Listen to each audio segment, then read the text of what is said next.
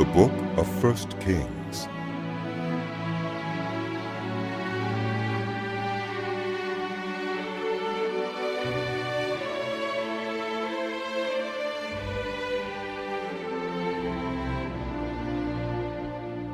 When King David was very old, he could not keep warm even when they put covers over him.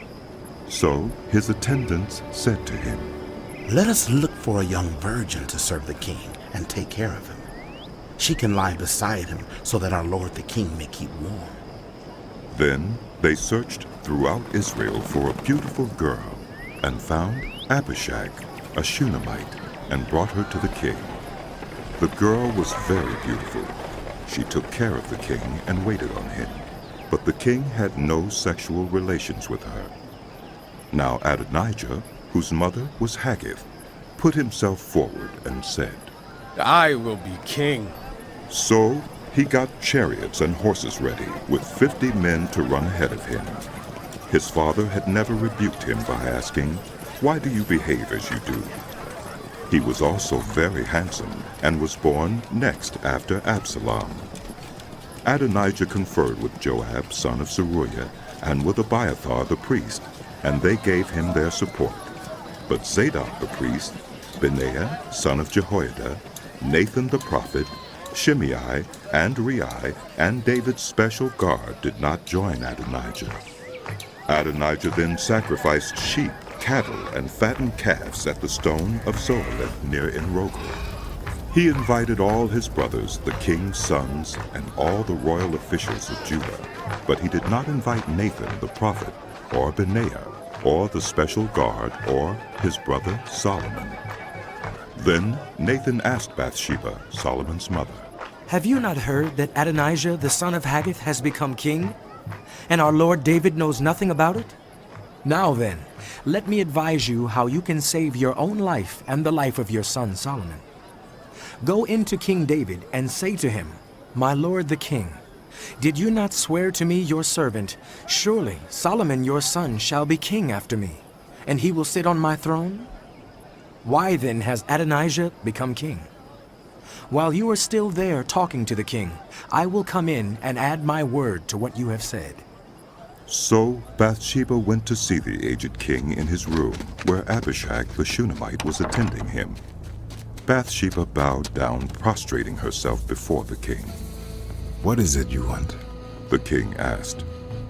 She said to him, "My lord, you yourself swore to me, your servant, by the Lord your God, Solomon your son shall be king after me, and he will sit on my throne.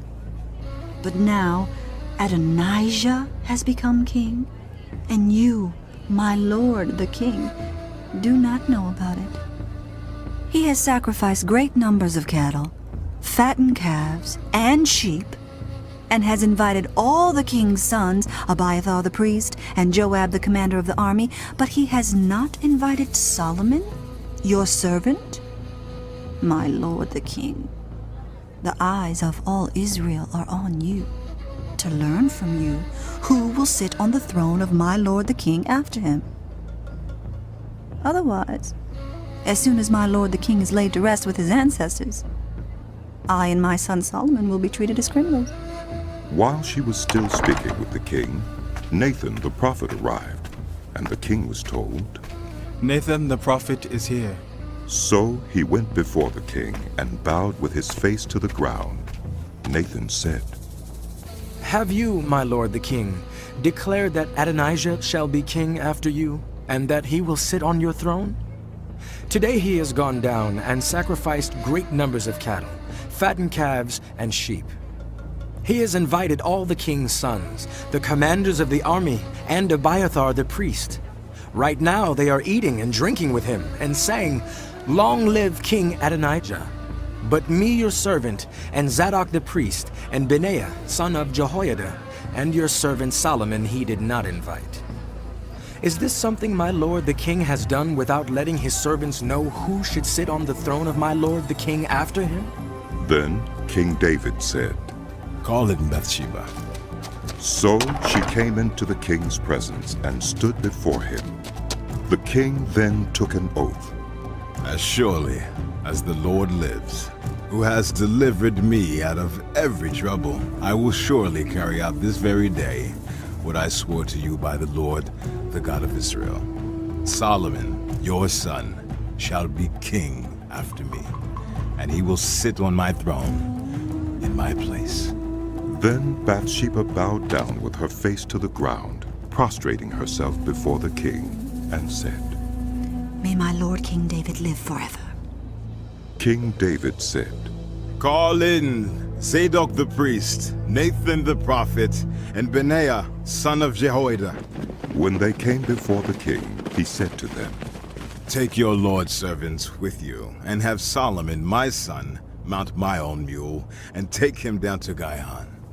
There have Zadok the priest and Nathan the prophet anoint him king over Israel. Blow the trumpet and shout, Long live King Solomon! Then you are to go up with him, and he is to come and sit on my throne and reign in my place. I have appointed him ruler over Israel and Judah. Benaiah, son of Jehoiada, answered the king, Amen. May the Lord, the God of my lord the king, so declare it. As the Lord was with my lord the king, so may he be with Solomon to make his throne even greater than the throne of my lord King David. So Zadok the priest, Nathan the prophet, Benaiah, son of Jehoiada, the Kerethites and the Pelethites went down and had Solomon mount King David's mule, and they escorted him to Gihon. Zadok the priest took the horn of oil from the sacred tent and anointed Solomon. Then they sounded the trumpet, and all the people shouted, Long live King Solomon! And all the people went up after him, playing pipes and rejoicing greatly, so that the ground shook with the sound. Adonijah and all the guests who were with him heard it as they were finishing their feast. On hearing the sound of the trumpet, Joab asked, What's the meaning of all the noise in the city? Even as he was speaking, Jonathan, son of Abiathar the priest, arrived. Adonijah said, Come in. A worthy man like you must be bringing good news. Not at all. Jonathan answered, Our Lord King David has made Solomon king. The king has sent with him Zadok the priest, Nathan the prophet, Benaiah son of Jehoiada, the Kerethites and the Pelethites, and they have put him on the king's mule. And Zadok the priest and Nathan the prophet have anointed him king of Gihon. From there they have gone up cheering, and the city resounds with it. That's the noise you hear. Moreover, Solomon has taken his seat on the royal throne. Also, the royal officials have come up to congratulate our Lord King David, saying, May your God make Solomon's name more famous than yours, and his throne greater than yours. And the king bowed in worship on his bed and said, Praise be to the Lord, the God of Israel, who has allowed my eyes to see a successor on my throne today. At this, all Adonijah's guests rose in alarm and dispersed. But Adonijah, in fear of Solomon, went and took hold of the horns of the altar. Then Solomon was told, Adonijah is afraid of King Solomon and is clinging to the horns of the altar. He says, Let King Solomon swear to me today that he will not put his servant to death with the sword. Solomon replied, If he shows himself to be worthy, not a hair of his head will fall to the ground. But if evil is found in him, he will die. Then King Solomon sent men, and they brought him down from the altar. And Adonijah came and bowed down to King Solomon. And Solomon said, The time drew near Go for to your David to home. die. He gave a charge to Solomon, his son. I am about to go the way of all the earth, He said, So be strong, act like a man, and observe what the Lord your God requires. Walk in obedience to him, and keep his decrees and commands, his laws and regulations, as written in the law of Moses. Do this so that you may prosper in all you do and wherever you go, and that the Lord may keep his promise to me. If your descendants watch how they live, and if they walk faithfully before me with all their heart and soul, you will never fail to have a successor on the throne of Israel. Now you yourself know what Joab, son of Zeruiah, did to me. What he did to the two commanders of Israel's armies, Abner, son of Ner, and Amasa, son of Jether. He killed them, shedding their blood in peacetime as if in battle. And with that blood he stained the belt around his waist and the sandals on his feet. Deal with him according to your wisdom, but do not let his gray head go down to the grave in peace. But show kindness to the sons of Barzillai of Gilead, and let them be among those who eat at your table. They stood by me when I fled from your brother Absalom.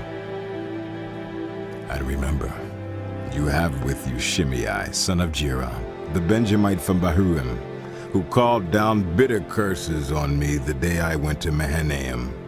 When he came down to meet me at the Jordan, I swore to him by the Lord, I will not put you to death by the sword. But now, do not consider him innocent. You are a man of wisdom. You will know what to do to him. Bring his gray head down to the grave in blood. Then David rested with his ancestors and was buried in the city of David. He had reigned 40 years over Israel, 7 years in Hebron and 33 in Jerusalem. So Solomon sat on the throne of his father David, and his rule was firmly established. Now Adonijah, the son of Haggith, went to Bathsheba, Solomon's mother. Bathsheba asked him, Do you come peacefully? He answered, Yes, peacefully. Then he added, I have something to say to you. You may say it. She replied. As you know, He said, the kingdom was mine. All Israel looked to me as their king. But things changed, and the kingdom has gone to my brother, for it has come to him from the Lord. Now, I have one request to make of you. Do not refuse me. You may make it. She said. So he continued, Please, ask King Solomon, he will not refuse you, to give me Abishag the Shunammite as my wife. Very well. Bathsheba replied. I will speak to the king for you. When Bathsheba went to King Solomon to speak to him for Adonijah, the king stood up to meet her, bowed down to her, and sat down on his throne. He had a throne brought for the king's mother, and she sat down at his right hand. I have one small request to make of you. She said. Do not refuse me. The king replied. Make it, my mother. I will not refuse you. So she said. Let Abishag the Shunammite be given in marriage to your brother Adonijah. King Solomon answered his mother. Why do you request Abishag the Shunammite for Adonijah? You might as well request the kingdom for him. After all, he is my older brother. Yes, for him, and for Abiathar the priest, and Joab son of Zeruiah. Then King Solomon swore by the Lord. May God deal with me, be it ever so severely, if Adonijah does not pay with his life for this request. And now, as surely as the Lord lives, he who has established me securely on the throne of my father David, and has founded a dynasty for me as he promised, Adonijah shall be put to death today. So King Solomon gave orders to Benaiah, son of Jehoiada, and he struck down Adonijah, and he died. To Abiathar the priest, the king said, Go back to your fields in Anathoth. You deserve to die. But I will not put you to death now, because you carried the ark of the sovereign Lord before my father David, and shared all my father's hardships. So Solomon removed Abiathar from the priesthood of the Lord, fulfilling the word the Lord had spoken at Shiloh about the house of Eli. When the news reached Joab, who had conspired with Adonijah, though not with Absalom, he fled to the tent of the Lord and took hold of the horns of the altar. King Solomon was told that Joab had fled to the tent of the Lord and was beside the altar. Then Solomon ordered Benaiah, son of Jehoiada, Go, Strike him down. So Benaiah entered the tent of the Lord and said to Joab, The king says, come out. but he answered, No! I will die here. Benaiah reported to the king. This is how Joab answered me. Then the king commanded Benaiah, Do as he says. Strike him down and bury him, and so clear me and my family line of the guilt of the innocent blood that Joab shed. The Lord will repay him for the blood he shed, because without my father David knowing it, he attacked 2 men and killed them with the sword. Both of them, Abner, son of Ner, commander of Israel's army, and Amasa, son of Jether, commander of Judah's army, were better men and more upright than he. May the guilt of their blood rest on the head of Joab and his descendants forever. But on David and his descendants, his house and his throne, may there be the Lord's peace forever. So Benaiah, son of Jehoiada, went up and struck down Joab and killed him, and he was buried at his home out in the country. The king put Benaiah, son of Jehoiada, over the army in Joab's position, and replaced Abiathar with Zadok the priest. Then the king sent for Shimei and said to him, Build yourself a house in Jerusalem and live there, but do not go anywhere else. The day you leave and cross the Kidron Valley, you can be sure you will die. Your blood will be on your own head. Shimei answered the king, What you say is good. Your servant will do as my lord the king has said. And Shimei stayed in Jerusalem for a long time. But 3 years later, 2 of Shimei's slaves ran off to Achish, son of Maacah, king of Gath, and Shimei was told. Your slaves are in Gath. At this, he saddled his donkey and went to Achish at Gath in search of his slaves. So Shimei went away and brought the slaves back from Gath. When Solomon was told that Shimei had gone from Jerusalem to Gath and had returned, the king summoned Shimei and said to him, Did I not make you swear by the Lord and warn you on the day you leave to go anywhere else you can be sure you will die? At that time you said to me, What you say is good, I will obey. Why then did you not keep your oath to the Lord and obey the command I gave you? The king also said to Shimei, You know in your heart all the wrong you did to my father David. Now the Lord will repay you for your wrongdoing. But King Solomon will be blessed, and David's throne will remain secure before the Lord forever. Then the king gave the order to Benaiah, son of Jehoiada, and he went out and struck Shimei down, and he died. The kingdom was now established in Solomon's hands. Solomon made an alliance with Pharaoh, king of Egypt, and married his daughter. He brought her to the city of David until he finished building his palace and the temple of the Lord, and the wall around Jerusalem. The people, however, were still sacrificing at the high places, because a temple had not yet been built for the name of the Lord. Solomon showed his love for the Lord by walking according to the instructions given him by his father David, except that he offered sacrifices and burned incense on the high places. The king went to Gibeon to offer sacrifices, for that was the most important high place, and Solomon offered 1,000 burnt offerings on that altar. At Gibeon, the Lord appeared to Solomon during the night in a dream, and God said, Ask for whatever you want me to give you. Solomon answered, You have shown great kindness to your servant, my father David, because he was faithful to you and righteous and upright in heart. You have continued this great kindness to him and have given him a son to sit on his throne this very day. Now, Lord my God, you have made your servant king in place of my father David, but I am only a little child and do not know how to carry out my duties. Your servant is here among the people you have chosen, a great people, too numerous to count or number. So give your servant a discerning heart to govern your people and to distinguish between right and wrong. For who is able to govern this great people of yours? The Lord was pleased that Solomon had asked for this. So God said to him, Since you have asked for this, and not for long life or wealth for yourself, nor have asked for the death of your enemies, but for discernment in administering justice, I will do what you have asked. I will give you a wise and discerning heart, so that there will never have been anyone like you, nor will there ever be.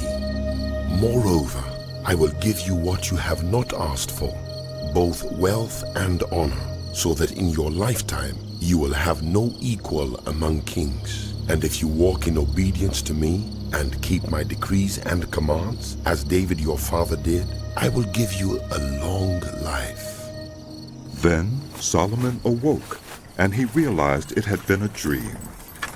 He returned to Jerusalem, stood before the ark of the Lord's covenant, and sacrificed burnt offerings and fellowship offerings. Then he gave a feast for all his court. Now 2 prostitutes came to the king and stood before him. One of them said, Pardon me, my lord.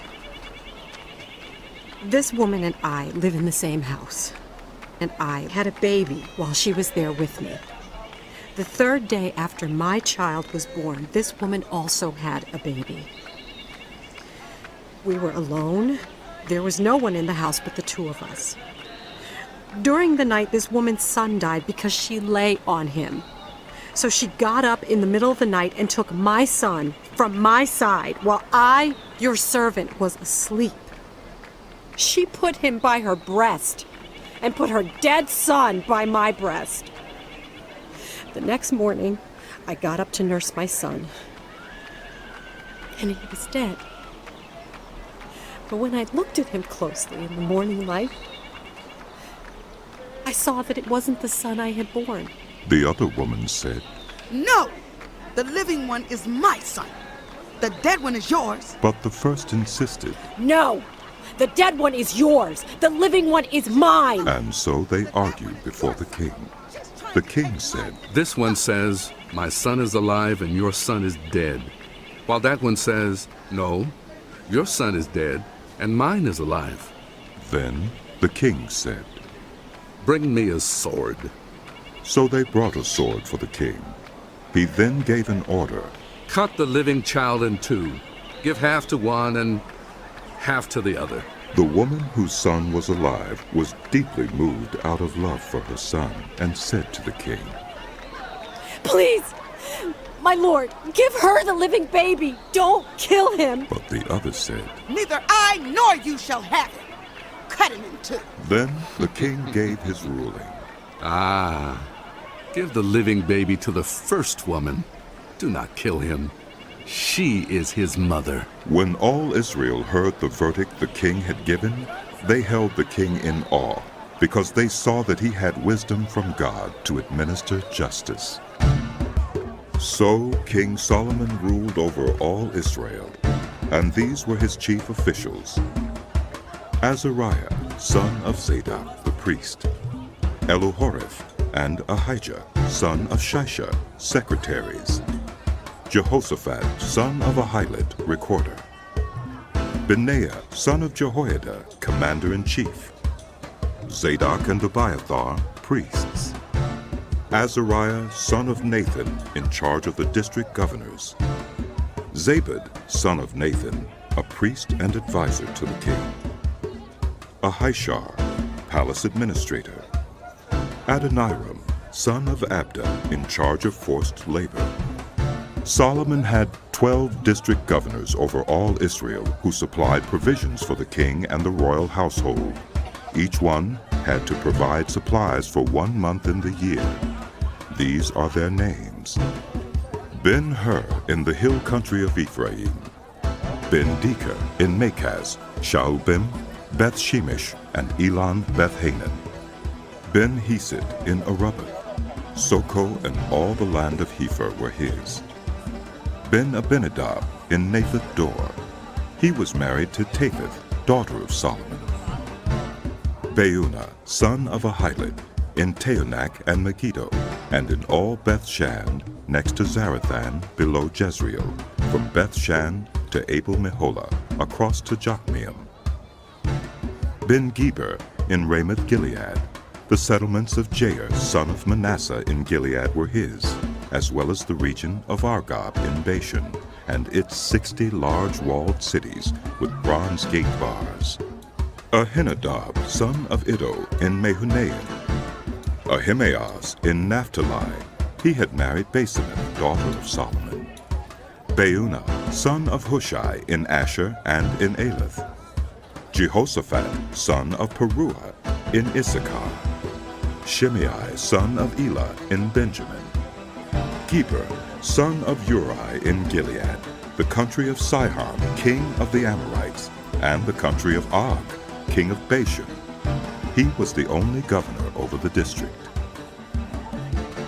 The people of Judah and Israel were as numerous as the sand on the seashore. They ate, they drank, and they were happy. And Solomon ruled over all the kingdoms from the Euphrates River to the land of the Philistines, as far as the border of Egypt. These countries brought tribute and were Solomon's subjects all his life.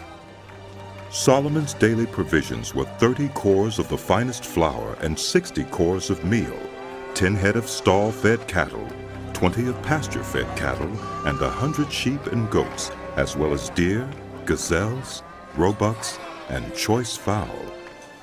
For he ruled over all the kingdoms west of the Euphrates River, from Tifsa to Gaza, and had peace on all sides. During Solomon's lifetime, Judah and Israel from Dan to Beersheba lived in safety, everyone under their own vine and fig tree. Solomon had 4,000 stalls for chariot horses and 12,000 horses. The district governors, each in his month, supplied provisions for King Solomon and all who came to the king's table. They saw to it that nothing was lacking. They also brought to the proper place their quotas of barley and straw for the chariot horses and the other horses. God gave Solomon wisdom and very great insight, and a breadth of understanding as measureless as the sand on the seashore. Solomon's wisdom was greater than the wisdom of all the people of the East, and greater than all the wisdom of Egypt. He was wiser than anyone else, including Ethan the Ezrahite, wiser than Heman, Calcol, and Darda, the sons of Mahol, and his fame spread to all the surrounding nations. He spoke 3,000 proverbs, and his songs numbered 1,005. He spoke about plant life, from the cedar of Lebanon to the hyssop that grows out of walls. He also spoke about animals and birds, reptiles and fish. From all nations people came to listen to Solomon's wisdom, sent by all the kings of the world who had heard of his wisdom. When Hiram, king of Tyre, heard that Solomon had been anointed king to succeed his father David, he sent his envoys to Solomon because he had always been on friendly terms with David. Solomon sent back this message to Hiram. You know that because of the wars waged against my father David from all sides, he could not build a temple for the name of the Lord his God until the Lord put his enemies under his feet. But now the Lord my God has given me rest on every side, and there is no adversary or disaster. I intend therefore to build a temple for the name of the Lord my God, as the Lord told my father David when he said, "Your son, whom I will put on the throne in your place, will build the temple for my name." So give orders that cedars of Lebanon be cut for me. My men will work with yours, and I will pay you for your men whatever wages you set. You know that we have no one so skilled in felling timber as the Sidonians. When Hiram heard Solomon's message, he was greatly pleased and said, "Praise be to the Lord today, for he has given David a wise son to rule over this great nation." So Hiram sent word to Solomon, "I have received the message you sent me and will do all you want in providing the cedar and juniper logs. My men will haul them down from Lebanon to the Mediterranean Sea, and I will float them as rafts by the sea to the place you specify. There I will separate them, and you can take them away. And you are to grant my wish by providing food for my royal household. In this way, Hiram kept Solomon supplied with all the cedar and juniper logs he wanted, and Solomon gave Hiram 20,000 cores of wheat as food for his household, in addition to 20,000 baths of pressed olive oil. Solomon continued to do this for Hiram year after year. The Lord gave Solomon wisdom, just as he had promised him. There were peaceful relations between Hiram and Solomon, and the two of them made a treaty. King Solomon conscripted laborers from all Israel, 30,000 men. He sent them off to Lebanon in shifts of 10,000 a month, so that they spent 1 month in Lebanon and 2 months at home. Adoniram was in charge of the forced labor. Solomon had 70,000 carriers and 80,000 stone cutters in the hills, as well as 3,300 overseers who supervised the project and directed the work. At the king's command, they removed from the quarry large blocks of high-grade stone to provide a foundation of dressed stone for the temple. The skilled workers of Solomon and Hiram and those from Byblos cut and prepared the timber and stone for the building of the temple. In the 480th year after the Israelites came out of Egypt, in the 4th year of Solomon's reign over Israel, in the month of Ziv, the 2nd month, he began to build the temple of the Lord. The temple that King Solomon built for the Lord was 60 cubits long, 20 wide, and 30 high. The portico at the front of the main hall of the temple extended the width of the temple, that is, 20 cubits, and projected 10 cubits from the front of the temple. He made narrow windows high up in the temple walls. Against the walls of the main hall and inner sanctuary, he built a structure around the building in which there were side rooms. The lowest floor was 5 cubits wide, the middle floor 6 cubits, and the 3rd floor 7. He made offset ledges around the outside of the temple so that nothing would be inserted into the temple walls. In building the temple, only blocks dressed at the quarry were used, and no hammer, chisel, or any other iron tool was heard at the temple site while it was being built. The entrance to the lowest floor was on the south side of the temple. A stairway led up to the middle level and from there to the 3rd. So he built the temple and completed it, roofing it with beams and cedar planks. And he built the side rooms all along the temple. The height of each was 5 cubits, and they were attached to the temple by beams of cedar. The word of the Lord came to Solomon. As for this temple you are building, if you follow my decrees, observe my laws, and keep all my commands and obey them, I will fulfill through you the promise I gave to David your father, and I will live among the Israelites and will not abandon my people Israel. So Solomon built the temple and completed it. He lined its interior walls with cedar boards, paneling them from the floor of the temple to the ceiling, and covered the floor of the temple with planks of juniper. He partitioned off 20 cubits at the rear of the temple with cedar boards from floor to ceiling to form within the temple an inner sanctuary, the most holy place. The main hall in front of this room was 40 cubits long. The inside of the temple was cedar, carved with gourds and open flowers. Everything was cedar. No stone was to be seen. He prepared the inner sanctuary within the temple to set the Ark of the Covenant of the Lord there. The inner sanctuary was 20 cubits long, 20 wide, and 20 high. He overlaid the inside with pure gold, and he also overlaid the altar of cedar. Solomon covered the inside of the temple with pure gold, and he extended gold chains across the front of the inner sanctuary, which was overlaid with gold. So he overlaid the whole interior with gold. He also overlaid with gold the altar that belonged to the inner sanctuary, For the inner sanctuary he made a pair of cherubim out of olive wood, each 10 cubits high. One wing of the first cherub was 5 cubits long, and the other wing 5 cubits, 10 cubits from wingtip to wingtip. The second cherub also measured 10 cubits, for the 2 cherubim were identical in size and shape. The height of each cherub was 10 cubits. He placed the cherubim inside the innermost room of the temple, with their wings spread out. The wing of one cherub touched one wall, while the wing of the other touched the other wall, and their wings touched each other in the middle of the room. He overlaid the cherubim with gold. On the walls all around the temple, in both the inner and outer rooms, he carved cherubim, palm trees, and open flowers. He also covered the floors of both the inner and outer rooms of the temple with gold. For the entrance to the inner sanctuary he made doors out of olive wood that were 1/5 of the width of the sanctuary, and on the 2 olive wood doors he carved cherubim, palm trees, and open flowers, and overlaid the cherubim and palm trees with hammered gold. In the same way, for the entrance to the main hall, he made door frames out of olive wood that were 1/4 of the width of the hall. He also made 2 doors out of juniper wood, each having 2 leaves that turned in sockets. He carved cherubim, palm trees, and open flowers on them, and overlaid them with gold hammered evenly over the carvings.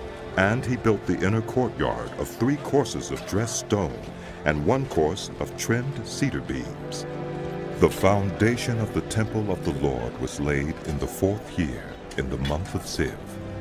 In the 11th year, in the month of Bul, the 8th month, the temple was finished in all its details, according to its specifications. He had spent 7 years building. It took Solomon 13 years, however, to complete the construction of his palace. He built the palace of the forest of Lebanon, 100 cubits long, 50 wide, and 30 high, with 4 rows of cedar columns supporting trimmed cedar beams. It was roofed with cedar above the beams that rested on the columns, 45 beams, 15 to a row. Its windows were placed high in sets of 3, facing each other. All the doorways had rectangular frames. They were in the front part in sets of 3, facing each other.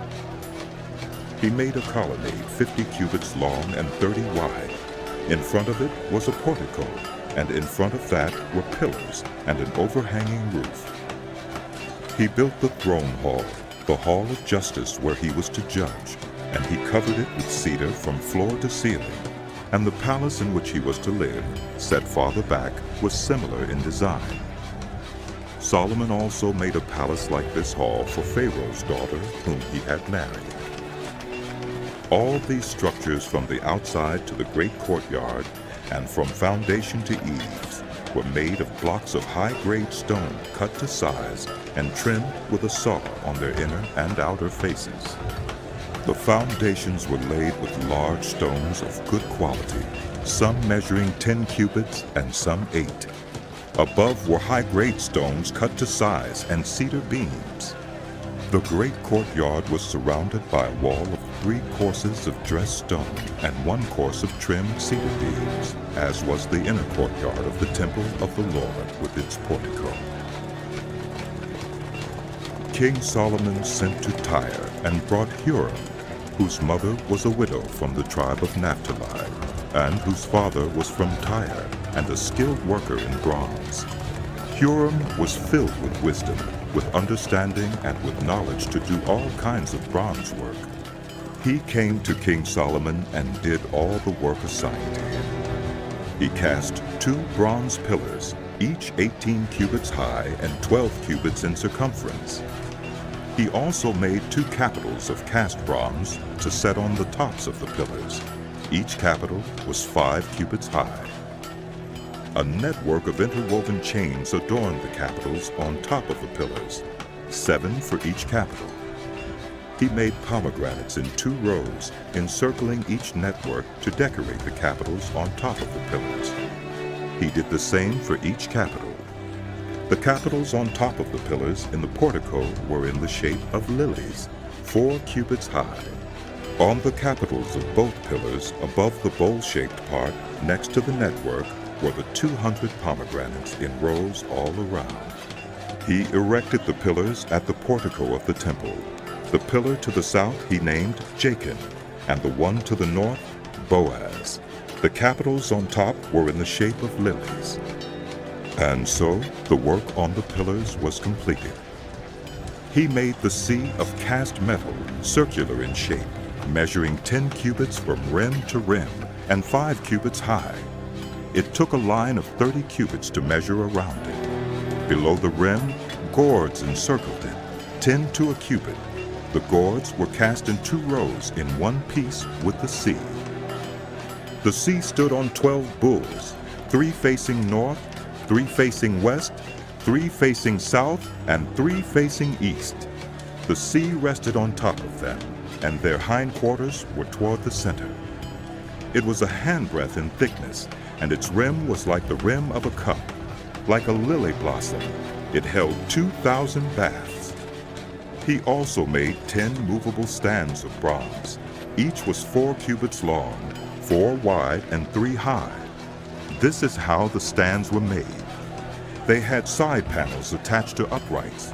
On the panels between the uprights were lions, bulls, and cherubim, and on the uprights as well.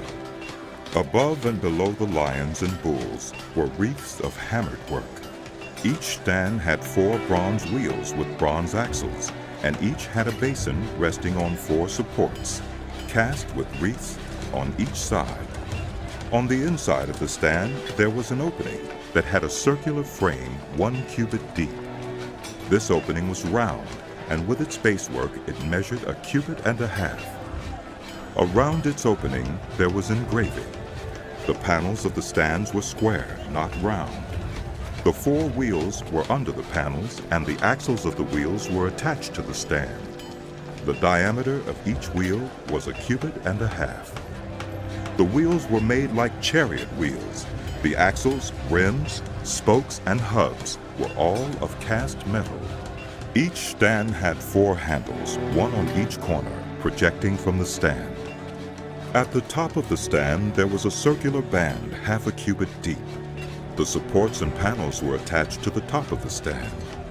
He engraved cherubim, lions, and palm trees on the surfaces of the supports and on the panels in every available space, with wreaths all around. This is the way he made the 10 stands.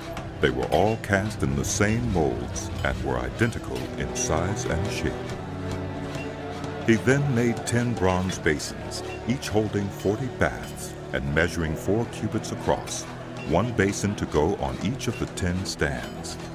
He placed 5 of the stands on the south side of the temple and 5 on the north. He placed the sea on the south side, at the southeast corner of the temple. He also made the pots and shovels and sprinkling bowls. So Huram finished all the work he had undertaken for King Solomon in the temple of the Lord. The 2 pillars, the 2 bowl-shaped capitals on top of the pillars, the 2 sets of network decorating the 2 bowl-shaped capitals on top of the pillars, the 400 pomegranates for the 2 sets of network, 2 rows of pomegranates for each network decorating the bowl-shaped capitals on top of the pillars, the 10 stands with their 10 basins, the sea and the 12 bulls under it, the pots, shovels, and sprinkling bowls. All these objects that Huram made for King Solomon for the temple of the Lord were of burnished bronze. The king had them cast in clay molds in the plain of the Jordan between Succoth and Zarethan. Solomon left all these things unweighed because there were so many. The weight of the bronze was not determined. Solomon also made all the furnishings that were in the Lord's temple: the golden altar, the golden table on which was the bread of the presence, the lampstands of pure gold, 5 on the right and 5 on the left in front of the inner sanctuary, the gold floral work and lamps and tongs, the pure gold basins, wick trimmers, sprinkling bowls, dishes, and censers, and the gold sockets for the doors of the innermost room, the most holy place, and also for the doors of the main hall of the temple. When all the work King Solomon had done for the temple of the Lord was finished, he brought in the things his father David had dedicated, the silver and gold and the furnishings, and he placed them in the treasuries of the Lord's temple. Then King Solomon summoned into his presence at Jerusalem the elders of Israel, all the heads of the tribes and the chiefs of the Israelite families, to bring up the ark of the Lord's covenant from Zion, the city of David. All the Israelites came together to King Solomon at the time of the festival in the month of Ethanim, the 7th month. When all the elders of Israel had arrived, the priests took up the ark, and they brought up the ark of the Lord and the tent of meeting and all the sacred furnishings in it. The priests and Levites carried them up, and King Solomon and the entire assembly of Israel that had gathered about him were before the ark, sacrificing so many sheep and cattle that they could not be recorded or counted. The priests then brought the ark of the Lord's covenant to its place in the inner sanctuary of the temple, the most holy place, and put it beneath the wings of the cherubim. The cherubim spread their wings over the place of the ark and overshadowed the ark and its carrying poles. These poles were so long that their ends could be seen from the holy place in front of the inner sanctuary, but not from outside the holy place, and they are still there today. There was nothing in the ark except the 2 stone tablets that Moses had placed in it at Horeb, where the Lord made a covenant with the Israelites after they came out of Egypt. When the priests withdrew from the holy place, the cloud filled the temple of the Lord, and the priests could not perform their service because of the cloud, for the glory of the Lord filled his temple. Then Solomon said, "The Lord has said that he would dwell in a dark cloud. I have indeed built a magnificent temple for you, a place for you to dwell forever." While the whole assembly of Israel was standing there, the king turned around and blessed them. Then he said, "Praise be to the Lord, the God of Israel, who with his own hand has fulfilled what he promised with his own mouth to my father David. For he said, 'Since the day I brought my people Israel out of Egypt, I have not chosen a city in any tribe of Israel to have a temple built, that my name might be there. But I have chosen David to rule my people Israel.' My father David had it in his heart to build a temple for the name of the Lord, the God of Israel. But the Lord said to my father David, 'You did well to have it in your heart to build a temple for my name. Nevertheless, you are not the one to build the temple, but your son, who is your own flesh and blood, he is the one who will build the temple for my name.' The Lord has kept the promise he made. I have succeeded David my father, and now I sit on the throne of Israel, just as the Lord promised. And I have built the temple for the name of the Lord, the God of Israel. I have provided a place there for the ark, in which is the covenant of the Lord that he made with our ancestors when he brought them out of Egypt." Then Solomon stood before the altar of the Lord in front of the whole assembly of Israel, spread out his hands toward heaven, and said, "Lord, the God of Israel, there is no God like you in heaven above or on earth below. You who keep your covenant of love with your servants, who continue wholeheartedly in your way. You have kept your promise to your servant David my father. With your mouth you have promised, and with your hand you have fulfilled it, as it is today. Now, Lord, the God of Israel, keep for your servant David my father the promises you made to him when you said, 'You shall never fail to have a successor to sit before me on the throne of Israel. If only your descendants are careful in all they do to walk before me faithfully, as you have done.'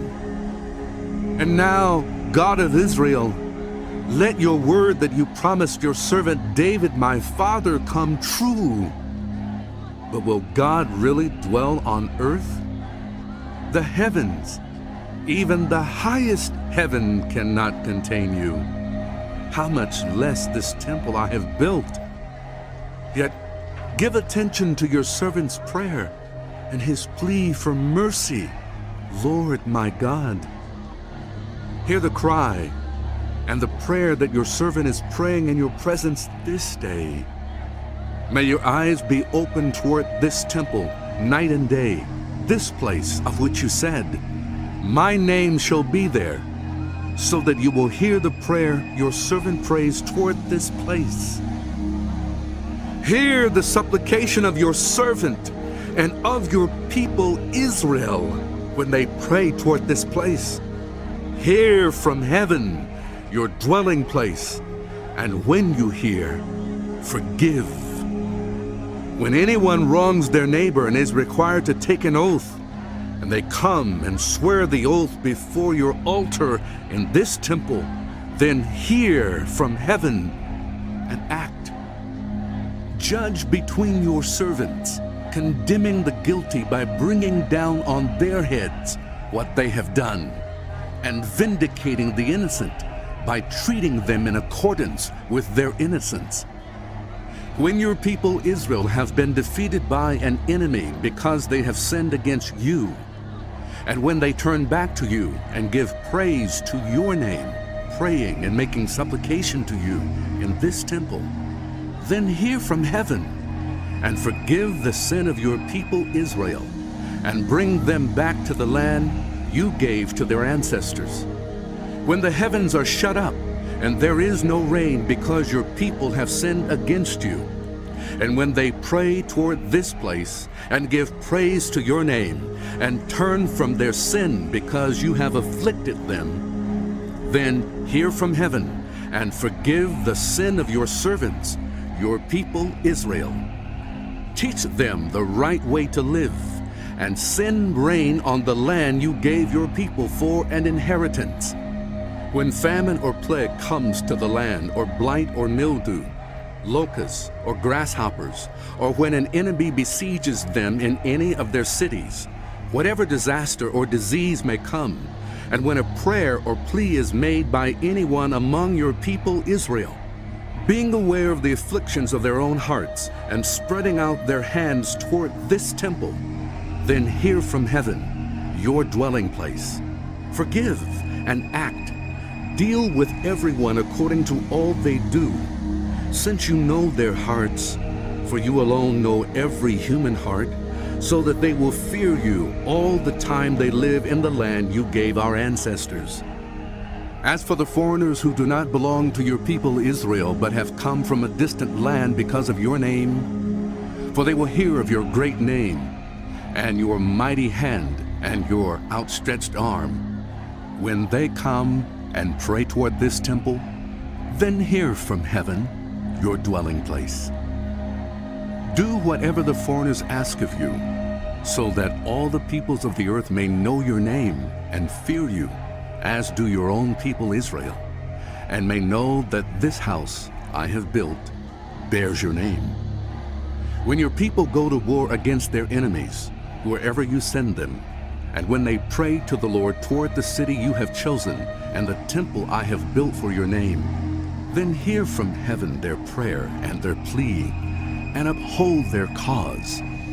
When they sin against you, for there is no one who does not sin, and you become angry with them and give them over to their enemies, who take them captive to their own lands, far away or near, and if they have a change of heart in the land where they are held captive, and repent, and plead with you in the land of their captors, and say, "We have sinned, we have done wrong, we have acted wickedly," and if they turn back to you with all their heart and soul in the land of their enemies who took them captive, and pray to you toward the land you gave their ancestors, toward the city you have chosen and the temple I have built for your name, then from heaven, your dwelling place, hear their prayer and their plea, and uphold their cause, and forgive your people who have sinned against you. Forgive all the offenses they have committed against you, and cause their captors to show them mercy. For they are your people and your inheritance, whom you brought out of Egypt, out of that iron smelting furnace. May your eyes be open to your servant's plea, and to the plea of your people Israel, and may you listen to them whenever they cry out to you. For you singled them out from all the nations of the world to be your own inheritance, just as you declared through your servant Moses when you, sovereign Lord, brought our ancestors out of Egypt. When Solomon had finished all these prayers and supplications to the Lord, he rose from before the altar of the Lord, where he had been kneeling with his hands spread out toward heaven. He stood and blessed the whole assembly of Israel in a loud voice, saying, Praise be to the Lord, who has given rest to his people Israel, just as he promised. Not one word has failed of all the good promises he gave through his servant Moses. May the Lord our God be with us, as he was with our ancestors. May he never leave us, nor forsake us. May he turn our hearts to him, to walk in obedience to him, and keep the commands, decrees, and laws he gave our ancestors. And may these words of mine, which I have prayed before the Lord, be near to the Lord our God day and night, that he may uphold the cause of his servant and the cause of his people Israel, according to each day's need, so that all the peoples of the earth may know that the Lord is God, and that there is no other. And may your hearts be fully committed to the Lord our God, to live by his decrees and obey his commands, as at this time. Then the king and all Israel with him offered sacrifices before the Lord. Solomon offered a sacrifice of fellowship offerings to the Lord, 22,000 cattle and 120,000 sheep and goats. So the king and all the Israelites dedicated the temple of the Lord. On that same day, the king consecrated the middle part of the courtyard in front of the temple of the Lord. And there he offered burnt offerings, grain offerings, and the fat of the fellowship offerings, because the bronze altar that stood before the Lord was too small to hold the burnt offerings, the grain offerings, and the fat of the fellowship offerings. So Solomon observed the festival at that time, and all Israel with him, a vast assembly, people from Lebo-Hamath to the Wadi of Egypt. They celebrated it before the Lord our God for 7 days and 7 days more, 14 days in all. On the following day he sent the people away. They blessed the king and then went home, joyful and glad in heart for all the good things the Lord had done for his servant David and his people Israel.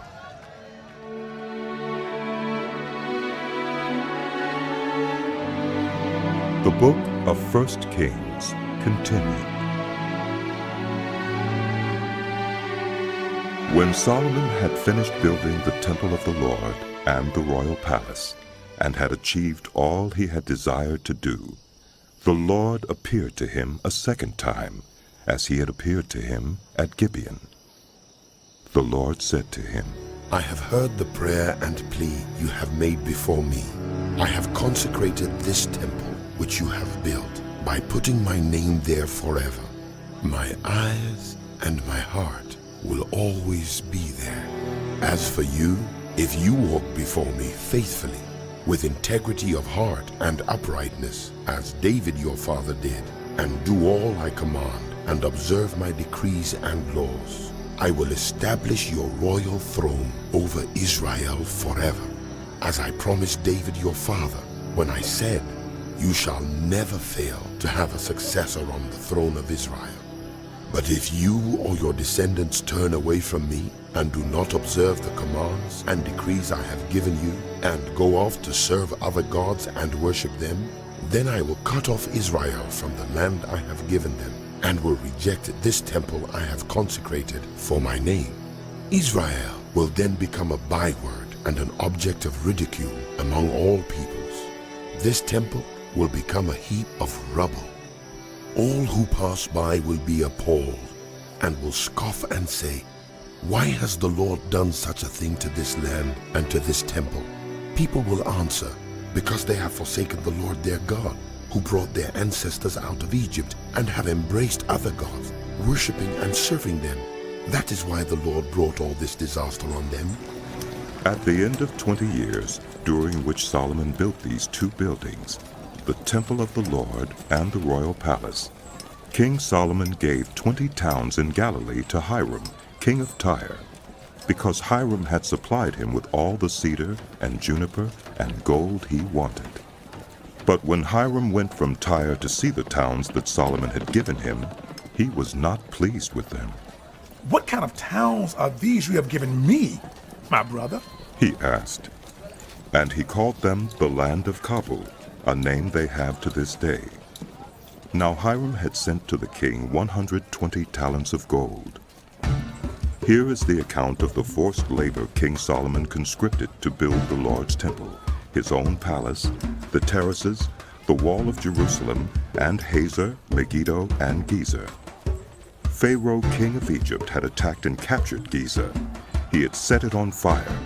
He killed its Canaanite inhabitants and then gave it as a wedding gift to his daughter, Solomon's wife. And Solomon rebuilt Gezer.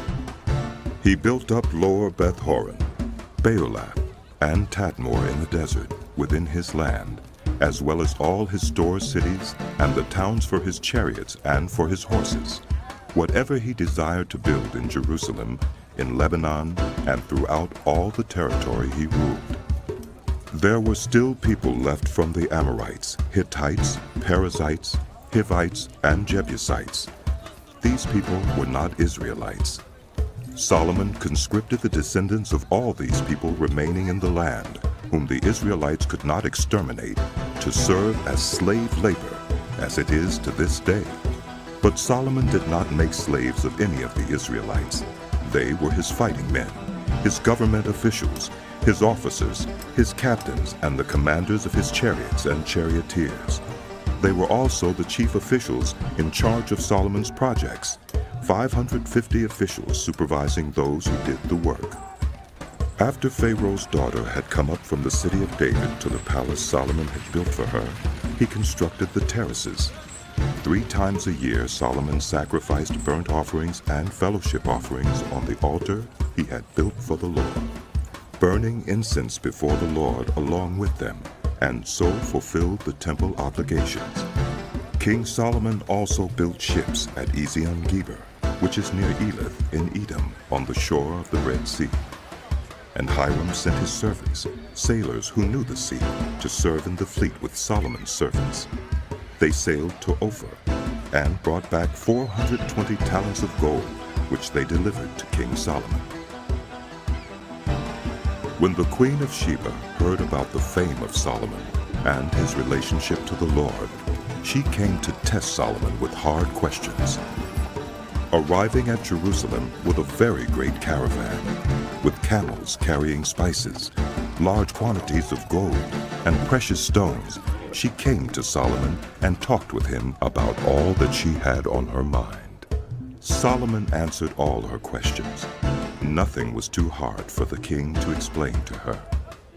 When the Queen of Sheba saw all the wisdom of Solomon and the palace he had built, the food on his table, the seating of his officials, the attending servants in their robes, his cupbearers, and the burnt offerings he made at the temple of the Lord, she was overwhelmed.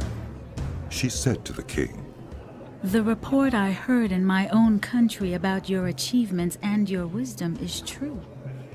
But I did not believe these things until I came and saw with my own eyes. Indeed, not even half was told me. In wisdom and wealth you have far exceeded the report I heard. How happy your people must be! How happy your officials who continually stand before you and hear your wisdom. Praise be to the Lord your God, who has delighted in you and placed you on the throne of Israel. Because of the Lord's eternal love for Israel, he has made you king to maintain justice and righteousness. And she gave the king 120 talents of gold, large quantities of spices and precious stones. Never again were so many spices brought in as those the Queen of Sheba gave to King Solomon. Hiram's ships brought gold from Ophir, and from there they brought great cargoes of almug wood and precious stones. The king used the almug wood to make supports for the temple of the Lord and for the royal palace, and to make harps and lyres for the musicians. So much almug wood has never been imported or seen since that day. King Solomon gave the Queen of Sheba all she desired and asked for, besides what he had given her out of his royal bounty. Then she left and returned with her retinue to her own country. The weight of the gold that Solomon received yearly was 666 talents, not including the revenues from merchants and traders and from all the Arabian kings and the governors of the territories. King Solomon made 200 large shields of hammered gold. 600 shekels of gold went into each shield.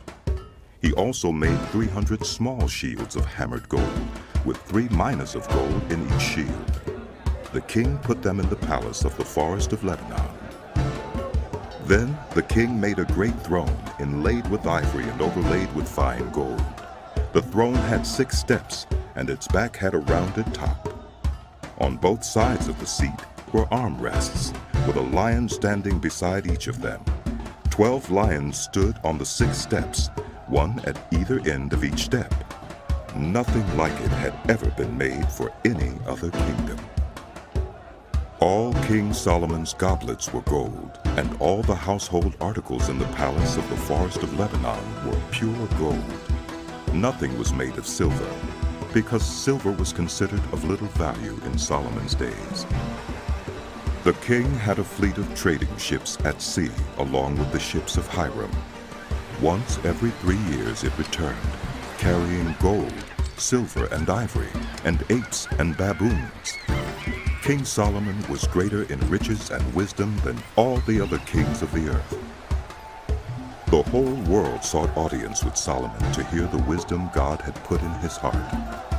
Year after year, everyone who came brought a gift, articles of silver and gold, robes, weapons and spices, and horses and mules. Solomon accumulated chariots and horses.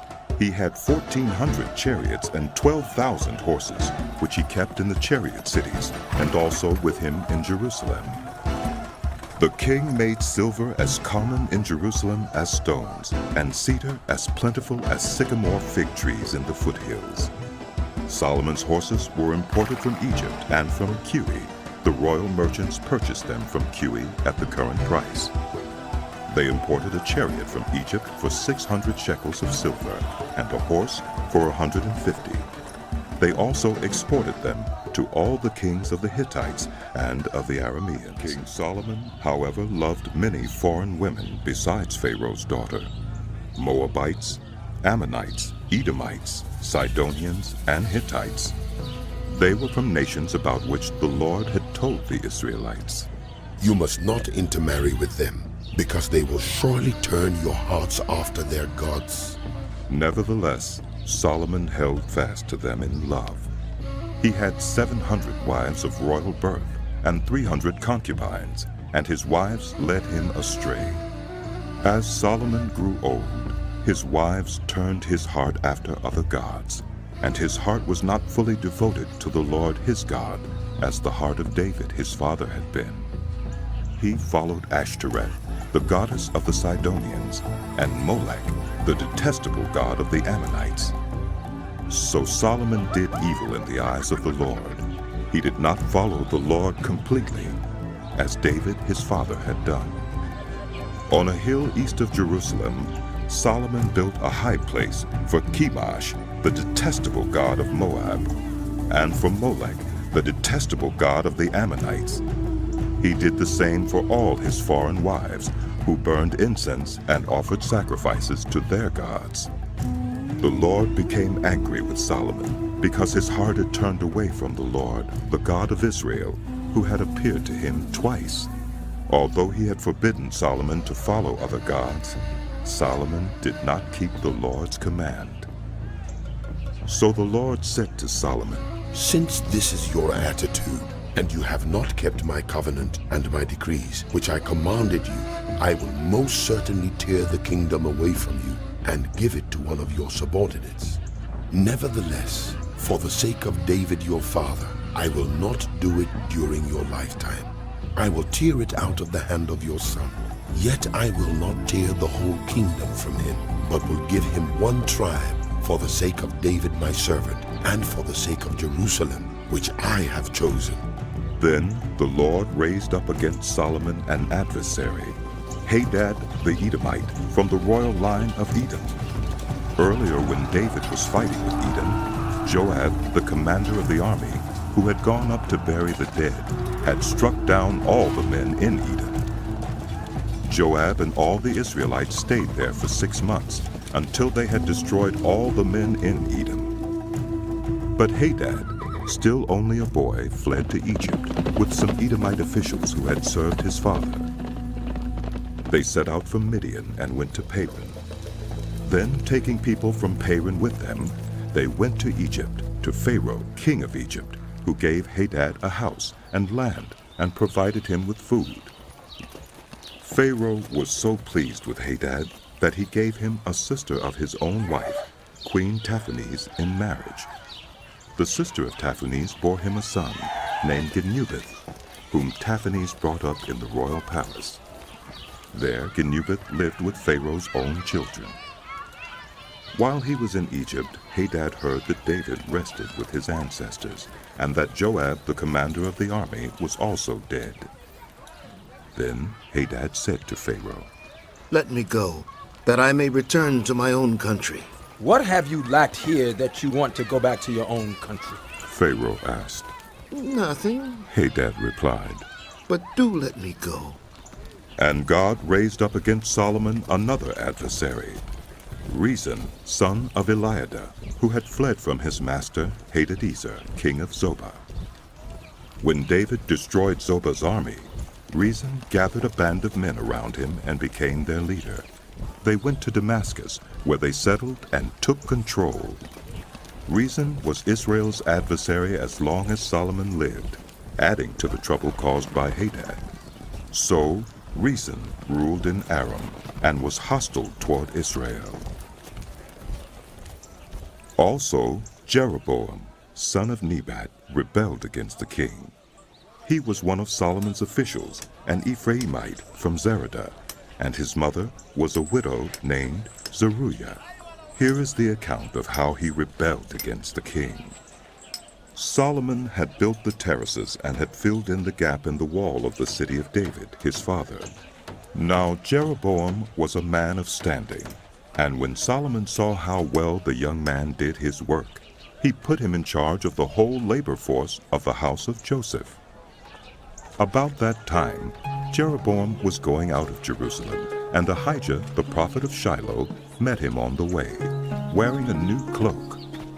The two of them were alone out in the country, and Ahijah took hold of the new cloak he was wearing and tore it into 12 pieces. Then he said to Jeroboam, "Take 10 pieces for yourself. For this is what the Lord, the God of Israel, says. See, I'm going to tear the kingdom out of Solomon's hand and give you 10 tribes. But for the sake of my servant David and the city of Jerusalem, which I have chosen out of all the tribes of Israel, he will have one tribe. I will do this because they have forsaken me and worshipped Ashtoreth, the goddess of the Sidonians, Chemosh, the god of the Moabites, and Molech, the god of the Ammonites, and have not walked in obedience to me, nor done what is right in my eyes, nor kept my decrees and laws, as David, Solomon's father, did. But I will not take the whole kingdom out of Solomon's hand. I have made him ruler all the days of his life for the sake of David, my servant, whom I chose and who obeyed my commands and decrees.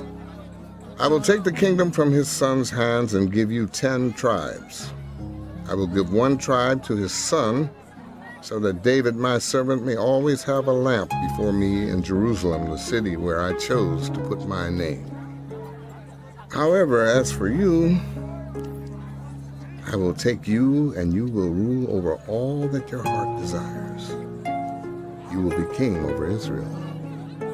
If you do whatever I command you and walk in obedience to me and do what is right in my eyes by obeying my decrees and commands, as David my servant did, I will be with you.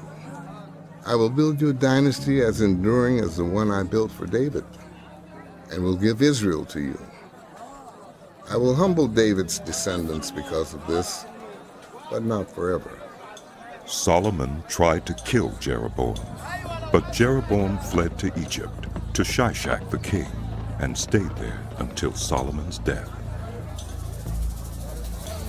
As for the other events of Solomon's reign, all he did and the wisdom he displayed, are they not written in the book of the Annals of Solomon? Solomon reigned in Jerusalem over all Israel 40 years. Then he rested with his ancestors and was buried in the city of David, his father. And Rehoboam, his son, succeeded him, went to Shechem, for all Israel had gone there to make him king. When Jeroboam, son of Nebat, heard this, he was still in Egypt, where he had fled from King Solomon. He returned from Egypt. So they sent for Jeroboam, and he and the whole assembly of Israel went to Rehoboam and said to him, Your father put a heavy yoke on us, but now lighten the harsh labor and the heavy yoke he put on us, and we will serve you. Rehoboam answered, Go away for 3 days, and then come back to me. So the people went away. Then King Rehoboam consulted the elders who had served his father Solomon during his lifetime. How would you advise me to answer these people? He asked. They replied, If today you will be a servant to these people, and serve them, and give them a favorable answer, they will always be your servants. But Rehoboam rejected the advice the elders gave him, and consulted the young men who had grown up with him and were serving him. He asked them, What is your advice? How should we answer these people who say to me, Lighten the yoke your father put on us?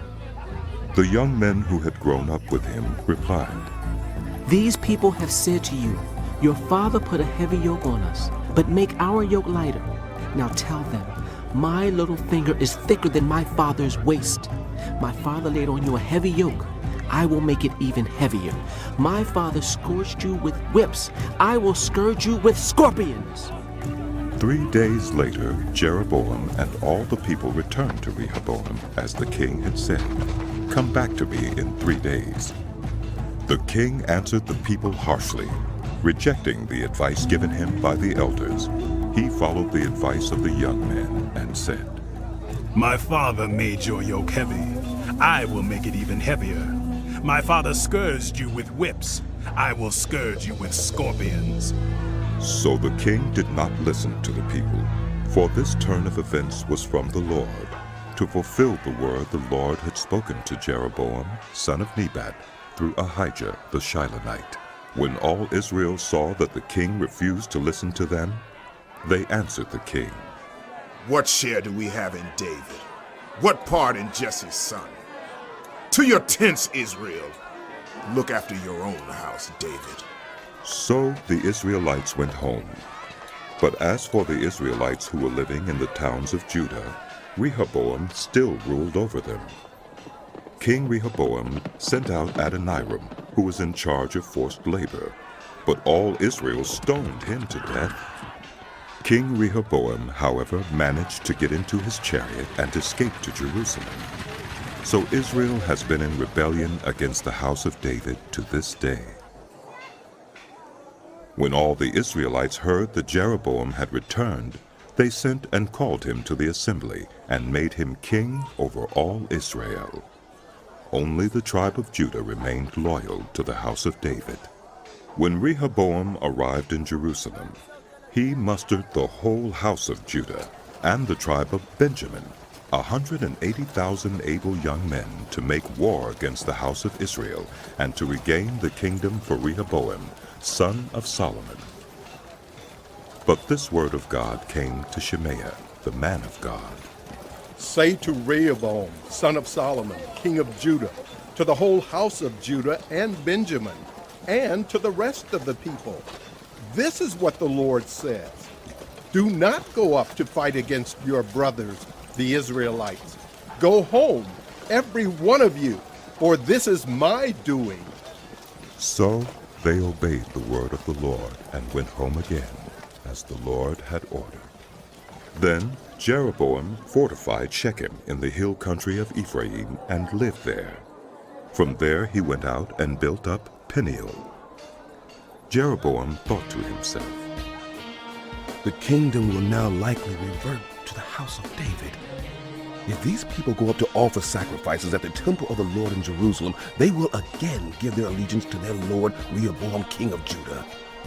They will kill me and return to King Rehoboam. After seeking advice, the king made 2 golden calves. He said to the people, It is too much for you to go up to Jerusalem.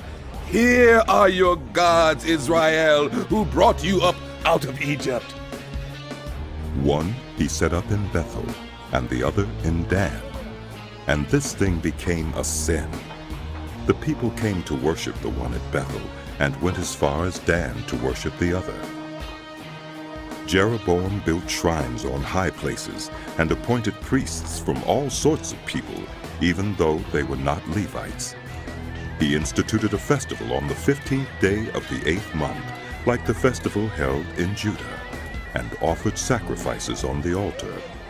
This he did in Bethel, sacrificing to the calves he had made. And at Bethel he also installed priests at the high places he had made.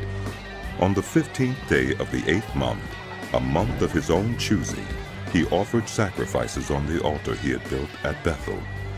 So he instituted the festival for the Israelites, and went up to the altar by the word of the Lord.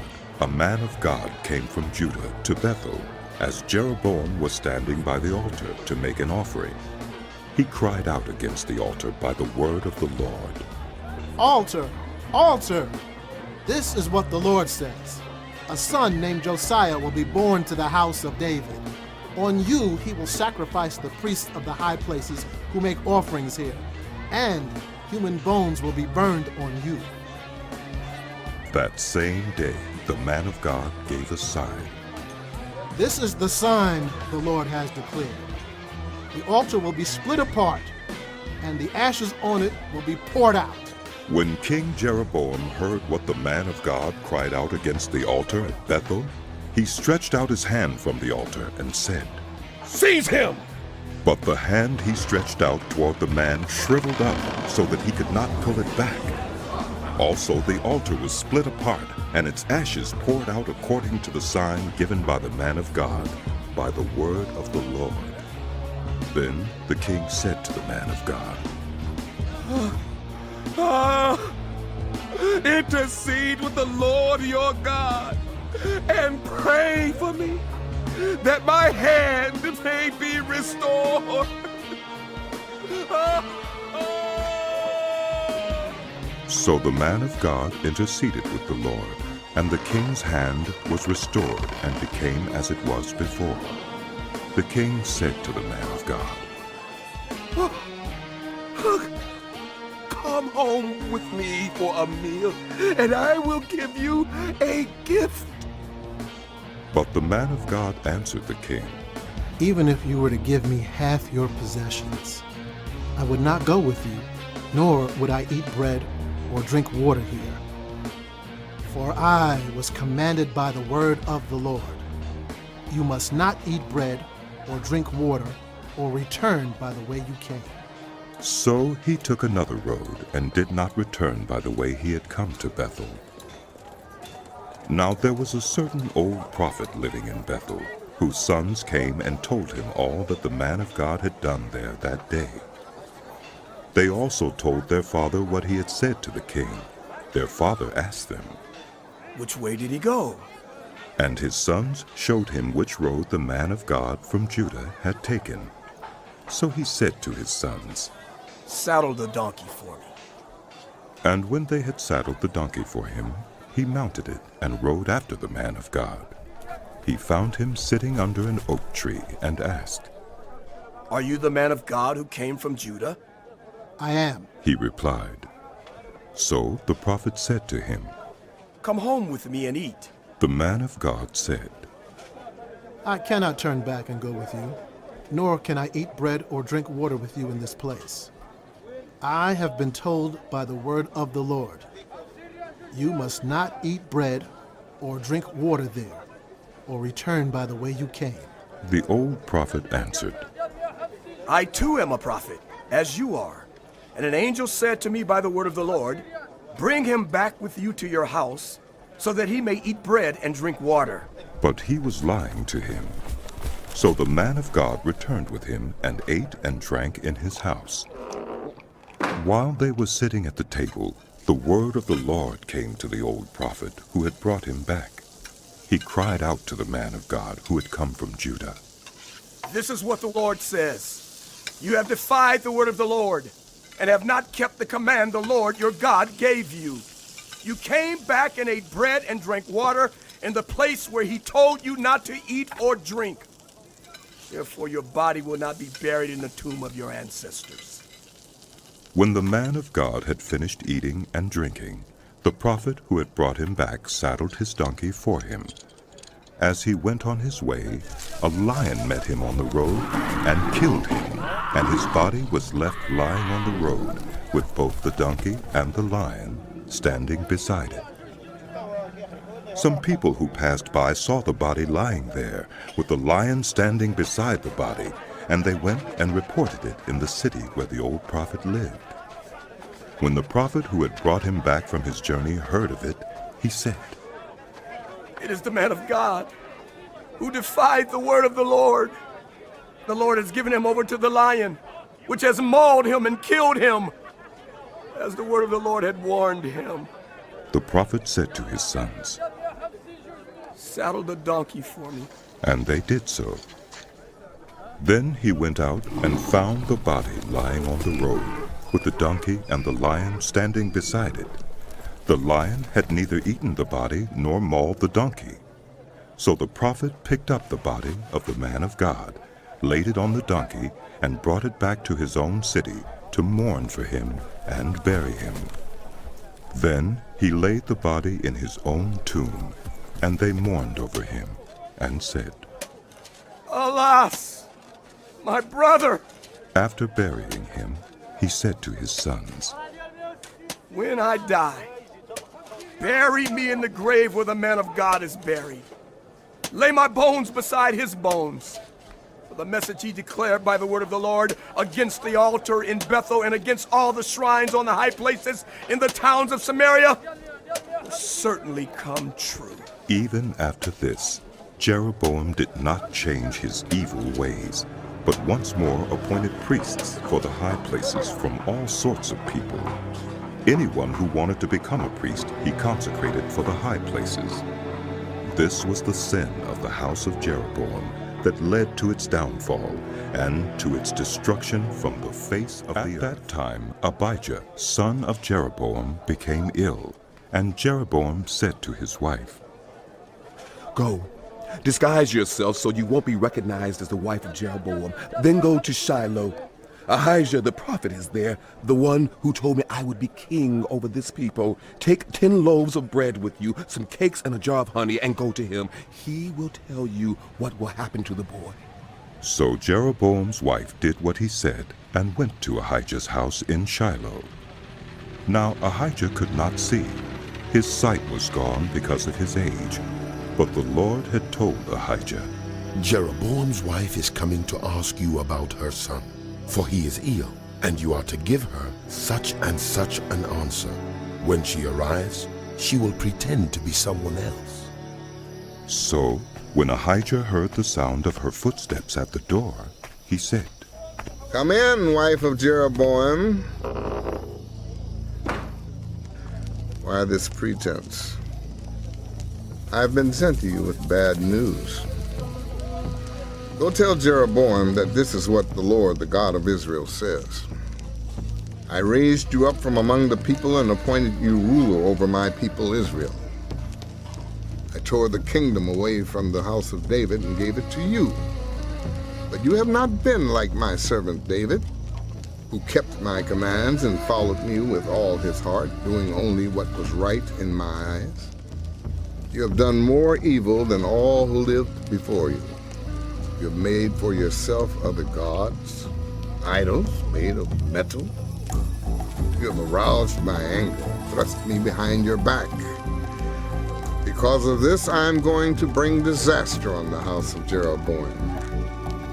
I will cut off from Jeroboam every last male in Israel, slave or free. I will burn up the house of Jeroboam as one burns dung, until it is all gone. Dogs will eat those belonging to Jeroboam who die in the city, and the birds will feed on those who die in the country. The Lord has spoken.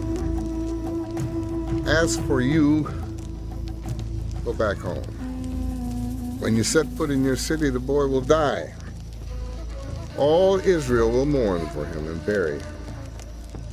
He is the only one belonging to Jeroboam who will be buried, because he is the only one in the house of Jeroboam in whom the Lord, the God of Israel, has found anything good. The Lord will raise up for himself a king over Israel who will cut off the family of Jeroboam. Even now this is beginning to happen. And the Lord will strike Israel so that it will be like a reed swaying in the water. He will uproot Israel from this good land that he gave to their ancestors and scatter them beyond the Euphrates River, because they aroused the Lord's anger by making Asherah poles. And he will give Israel up because of the sins Jeroboam has committed and has caused Israel to commit. Then Jeroboam's wife got up and left and went to Tirzah. As soon as she stepped over the threshold of the house, the boy died. They buried him, and all Israel mourned for him, as the Lord had said through his servant, the prophet Ahijah. The other events of Jeroboam's reign, his wars, and how he ruled, are written in the book of the annals of the kings of Israel. He reigned for 22 years, and then rested with his ancestors. And Nadab, his son, succeeded him as king. Rehoboam, son of Solomon, was king in Judah. He was 41 years old when he became king, and he reigned 17 years in Jerusalem, the city the Lord had chosen out of all the tribes of Israel in which to put his name. His mother's name was Naamah. She was an Ammonite. Judah did evil in the eyes of the Lord. By the sins they committed, they stirred up his jealous anger more than those who were before them had done. They also set up for themselves high places, sacred stones, and Asherah poles on every high hill and under every spreading tree. There were even male shrine prostitutes in the land. The people engaged in all the detestable practices of the nations the Lord had driven out before the Israelites. In the 5th year of King Rehoboam, Shishak, king of Egypt, attacked Jerusalem. He carried off the treasures of the temple of the Lord and the treasures of the royal palace. He took everything, including all the gold shields Solomon had made. So King Rehoboam made bronze shields to replace them, and assigned these to the commanders of the guard on duty at the entrance to the royal palace. Whenever the king went to the Lord's temple, the guards bore the shields, and afterward they returned them to the guard room. As for the other events of Rehoboam's reign, and all he did, are they not written in the book of the annals of the kings of Judah? There was continual warfare between Rehoboam and Jeroboam. And Rehoboam rested with his ancestors and was buried with them in the city of David. His mother's name was Naamah. She was an Ammonite. And Abijah his son succeeded him as king. In the 18th year of the reign of Jeroboam, son of Nebat, Abijah became king of Judah, and he reigned in Jerusalem 3 years. His mother's name was Maacah, daughter of Abishalom. He committed all the sins his father had done before him. His heart was not fully devoted to the Lord his God, as the heart of David his forefather had been. Nevertheless, for David's sake, the Lord his God gave him a lamp in Jerusalem by raising up a son to succeed him, and by making Jerusalem strong. For David had done what was right in the eyes of the Lord, and had not failed to keep any of the Lord's commands all the days of his life, except in the case of Uriah the Hittite. There was war between Abijah and Jeroboam throughout Abijah's lifetime. As for the other events of Abijah's reign and all he did, are they not written in the book of the annals of the kings of Judah? There was war between Abijah and Jeroboam, and Abijah rested with his ancestors and was buried in the city of David, and Asa, his son, succeeded him as king. In the 20th year of Jeroboam, king of Israel, Asa became king of Judah, and he reigned in Jerusalem 41 years. His grandmother's name was Maacah, daughter of Abishalom. Asa did what was right in the eyes of the Lord, as his father David had done. He expelled the male shrine prostitutes from the land and got rid of all the idols his ancestors had made. He even deposed his grandmother Maacah from her position as queen mother, because she had made a repulsive image for the worship of Asherah. Asa cut it down and burned it in the Kidron Valley. Although he did not remove the high places, Asa's heart was fully committed to the Lord all his life.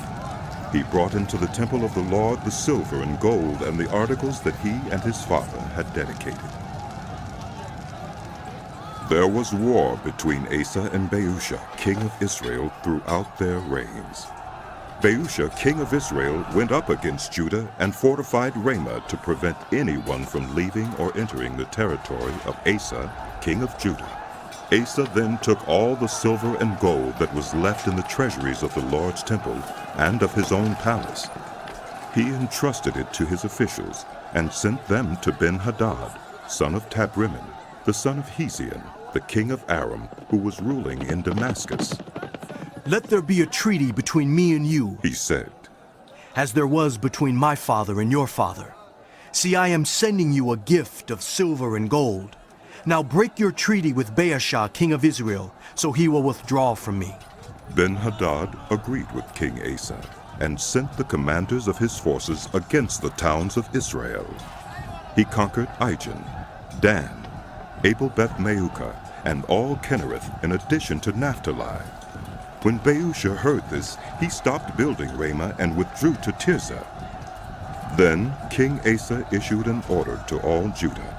No one was exempt, and they carried away from Ramah the stones and timber Baasha had been using there. With them King Asa built up Geba in Benjamin and also Mizpah. As for all the other events of Asa's reign, all his achievements, all he did, and the cities he built, are they not written in the book of the annals of the kings of Judah? In his old age, however, his feet became diseased. Then Asa rested with his ancestors and was buried with them in the city of his father David. And Jehoshaphat his son succeeded him as king. Nadab, son of Jeroboam, became king of Israel in the 2nd year of Asa, king of Judah, and he reigned over Israel 2 years.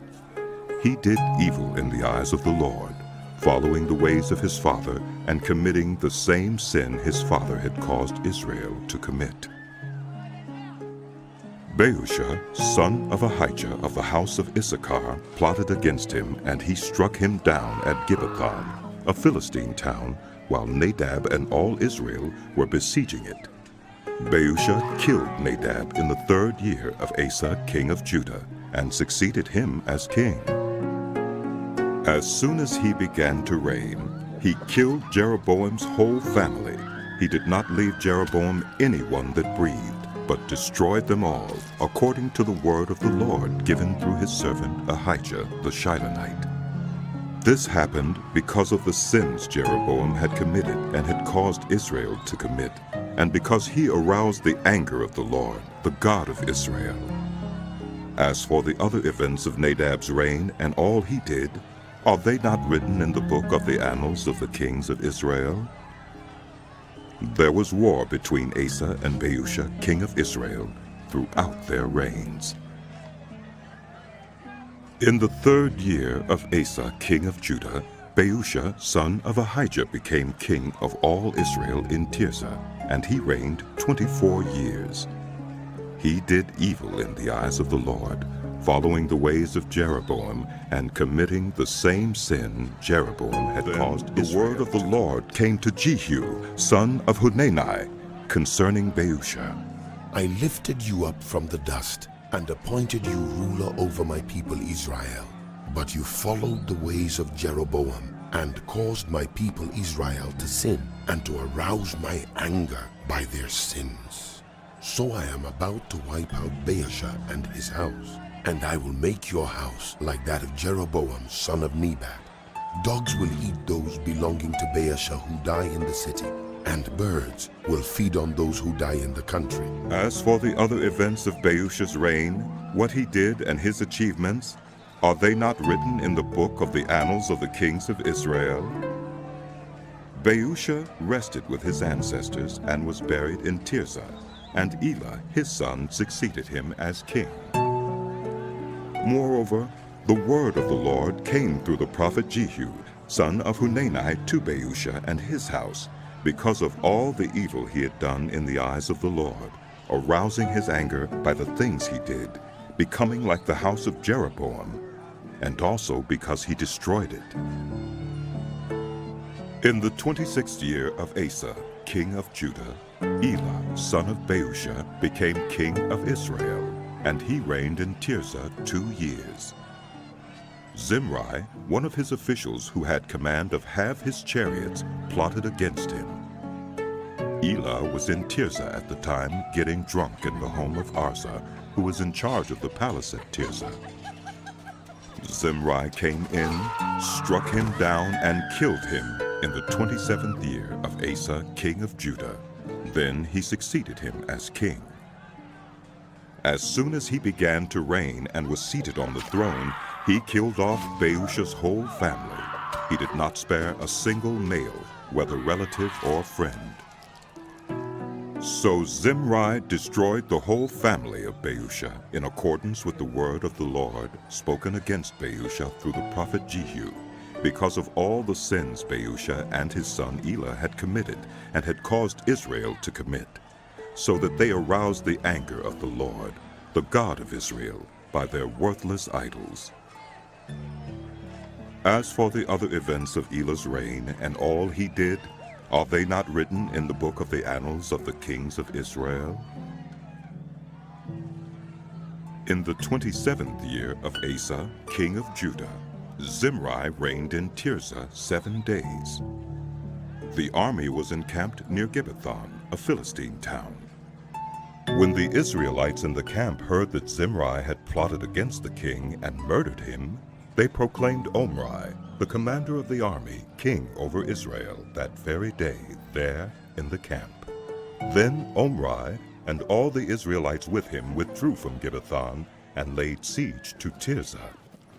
When Zimri saw that the city was taken, he went into the citadel of the royal palace and set the palace on fire around him. So he died because of the sins he had committed, doing evil in the eyes of the Lord and following the ways of Jeroboam and committing the same sin Jeroboam had caused Israel to commit.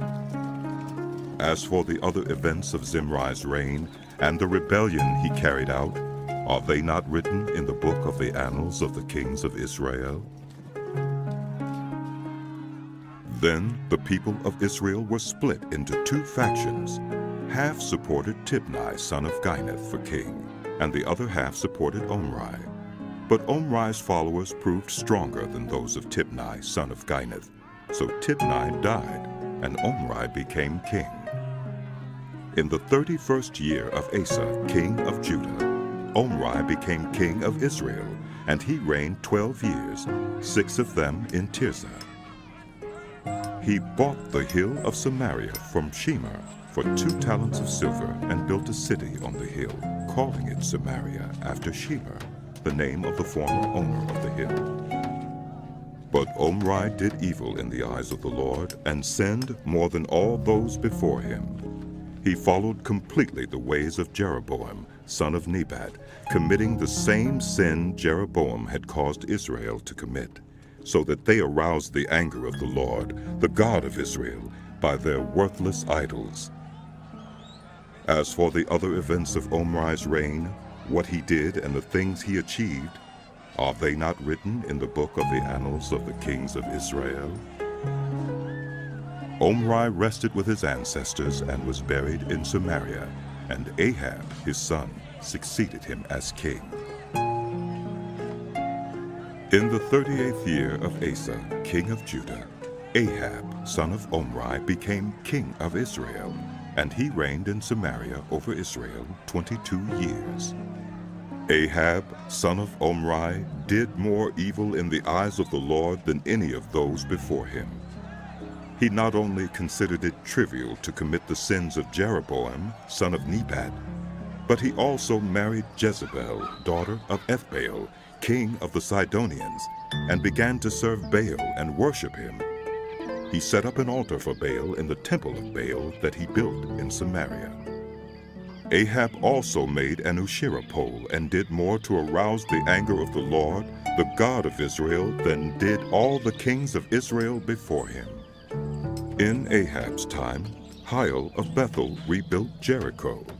He laid its foundations at the cost of his firstborn son, Abiram, and he set up its gates at the cost of his youngest son, Segub, in accordance with the word of the Lord, spoken by Joshua, son of Nun. Elijah the Tishbite from Tishbe in Gilead said to Ahab, As the Lord, the God of Israel lives, whom I serve, there will be neither dew nor rain in the next few years, except at my word. Then the word of the Lord came to Elijah.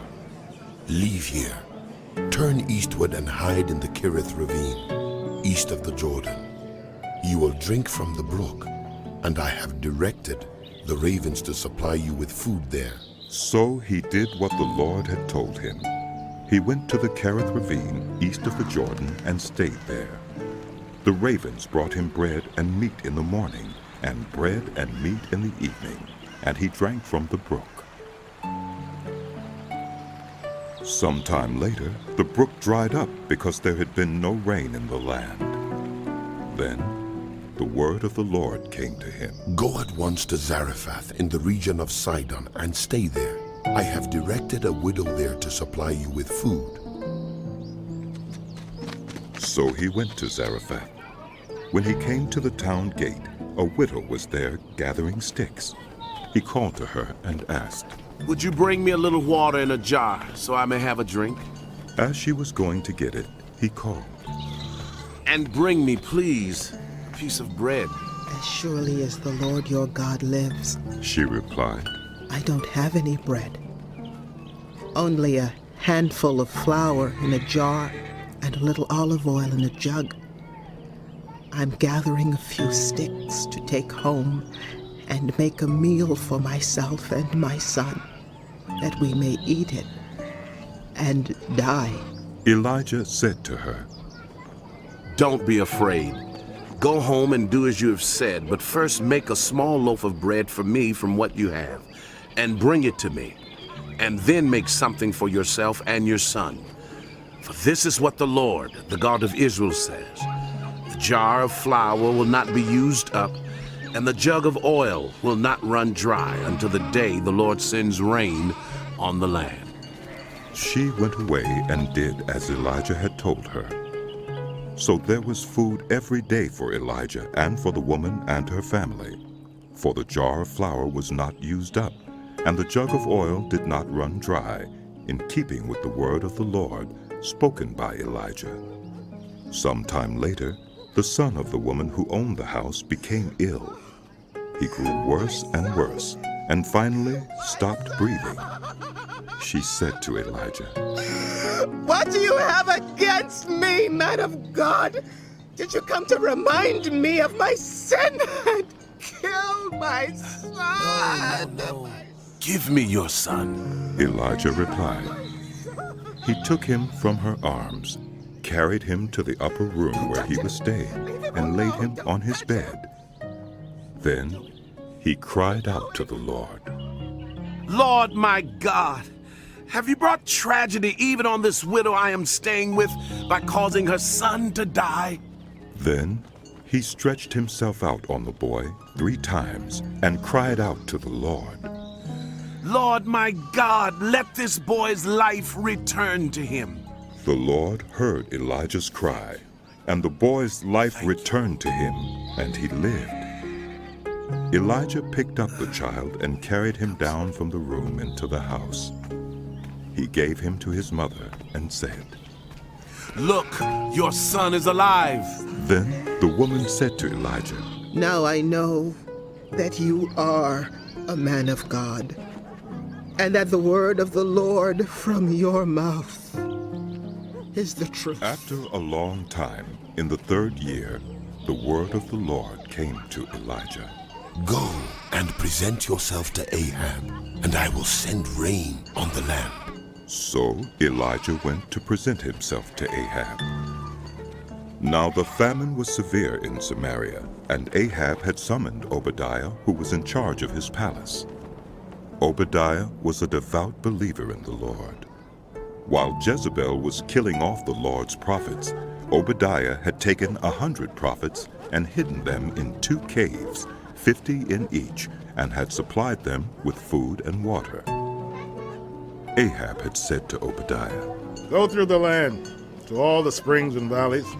Maybe we can find some grass to keep the horses and mules alive, so we will not have to kill any of our animals. So they divided the land they were to cover, Ahab going in one direction and Obadiah in another.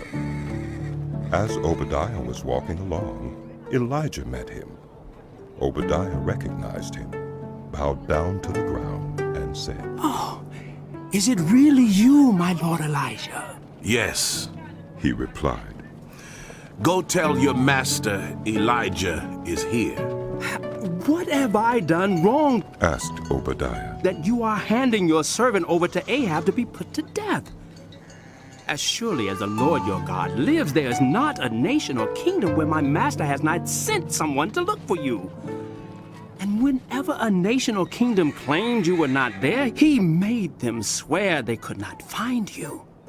But now you tell me to go to my master and say, Elijah is here. I don't know where the Spirit of the Lord may carry you when I leave you. If I go and tell Ahab and he doesn't find you, he will kill me. Yet I, your servant, have worshipped the Lord since my youth. Haven't you heard, my Lord? What I did while Jezebel was killing the prophets of the Lord? I hid 100 of the Lord's prophets in 2 caves, 50 in each, and supplied them with food and water. And now you tell me to go to my master and say, Elijah is here? He will kill me. Elijah said, As the Lord Almighty lives, whom I serve, I will surely present myself to Ahab today. So Obadiah went to meet Ahab and told him, and Ahab went to meet Elijah. When he saw Elijah, he said to him, Is that you troubler of Israel? I have not made trouble for Israel, but you and your father's family have. You have abandoned the Lord's commands and have followed the Baals. Now summon the people from all over Israel to meet me on Mount Carmel, and bring the 450 prophets of Baal and the 400 prophets of Asherah who eat at Jezebel's table. So Ahab sent word throughout all Israel and assembled the prophets on Mount Carmel. Elijah went before the people and said, How long will you waver between two opinions? If the Lord is God, follow him. But if Baal is God, follow him. But the people said nothing. Then Elijah said to them, I am the only one of the Lord's prophets left, but Baal has 450 prophets. Get 2 bulls for us. Let Baal's prophets choose one for themselves, and let them cut it into pieces and put it on the wood, but not set fire to it. I will prepare the other bull and put it on the wood, but not set fire to it. Then you call on the name of your God, and I will call on the name of the Lord. The God who answers by fire, he is God. Then all the people said, What you say is good. Elijah said to the prophets of Baal, Choose one of the bulls and prepare it first, since there are so many of you. Call on the name of your God, but do not light the fire. So they took the bull given them and prepared it. Then they called on the name of Baal from morning till noon. Baal, answer us! They shouted, but there was no response. No one answered, and they danced around the altar they had made. At noon, Elijah began to taunt them. Shout louder, he said. Surely he is a god. Perhaps he's deep in thought or busy or traveling. Maybe he's sleeping and must be awakened. So they shouted louder and slashed themselves with swords and spears, as was their custom, until their blood flowed. Midday passed, and they continued their frantic prophesying until the time for the evening sacrifice. But there was no response. No one answered. No one paid attention. Then Elijah said to all the people, Come here to me. They came to him, and he repaired the altar of the Lord which had been torn down. Elijah took 12 stones, one for each of the tribes descended from Jacob, to whom the word of the Lord had come, saying, Your name shall be Israel. With the stones he built an altar in the name of the Lord, and he dug a trench around it large enough to hold 2 seahs of seed. He arranged the wood, cut the bull into pieces, and laid it on the wood. Then he said to them, Fill 4 large jars with water and pour it on the offering and on the wood. Do it again, he said, and they did it again. Do it a 3rd time, he ordered, and they did it the 3rd time. The water ran down around the altar and even filled the trench. At the time of sacrifice, the prophet Elijah stepped forward and prayed, Lord, the God of Abraham, Isaac, and Israel, let it be known today that you are God in Israel, and that I am your servant, and have done all these things at your command. Answer me, Lord. Answer me, so these people will know that you, Lord, are God, and that you are turning their hearts back again. Then the fire of the Lord fell and burned up the sacrifice, the wood, the stones, and the soil, and also licked up the water in the trench. When all the people saw this, they fell prostrate and cried, The Lord, he is God. The Lord, he is God. Then Elijah commanded them, Seize the prophets of Baal. Don't let anyone get away. They seized them, and Elijah had them brought down to the Kishon Valley and slaughtered there.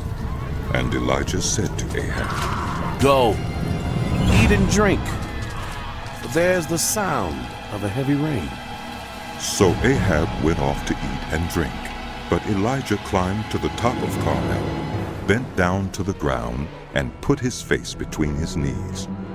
Go and look toward the sea, he told his servant, and he went up and looked. There is nothing there, he said. 7 times Elijah said, Go back. The 7th time the servant reported, A cloud as small as a man's hand is rising from the sea. So Elijah said, Go and tell Ahab, hitch up your chariot and go down before the rain stops you. Meanwhile, the sky grew black with clouds. The wind rose. A heavy rain came on, and Ahab rode off to Jezreel.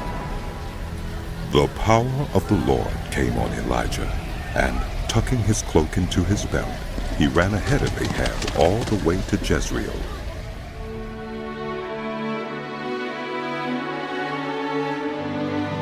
The book of 1 Kings continued.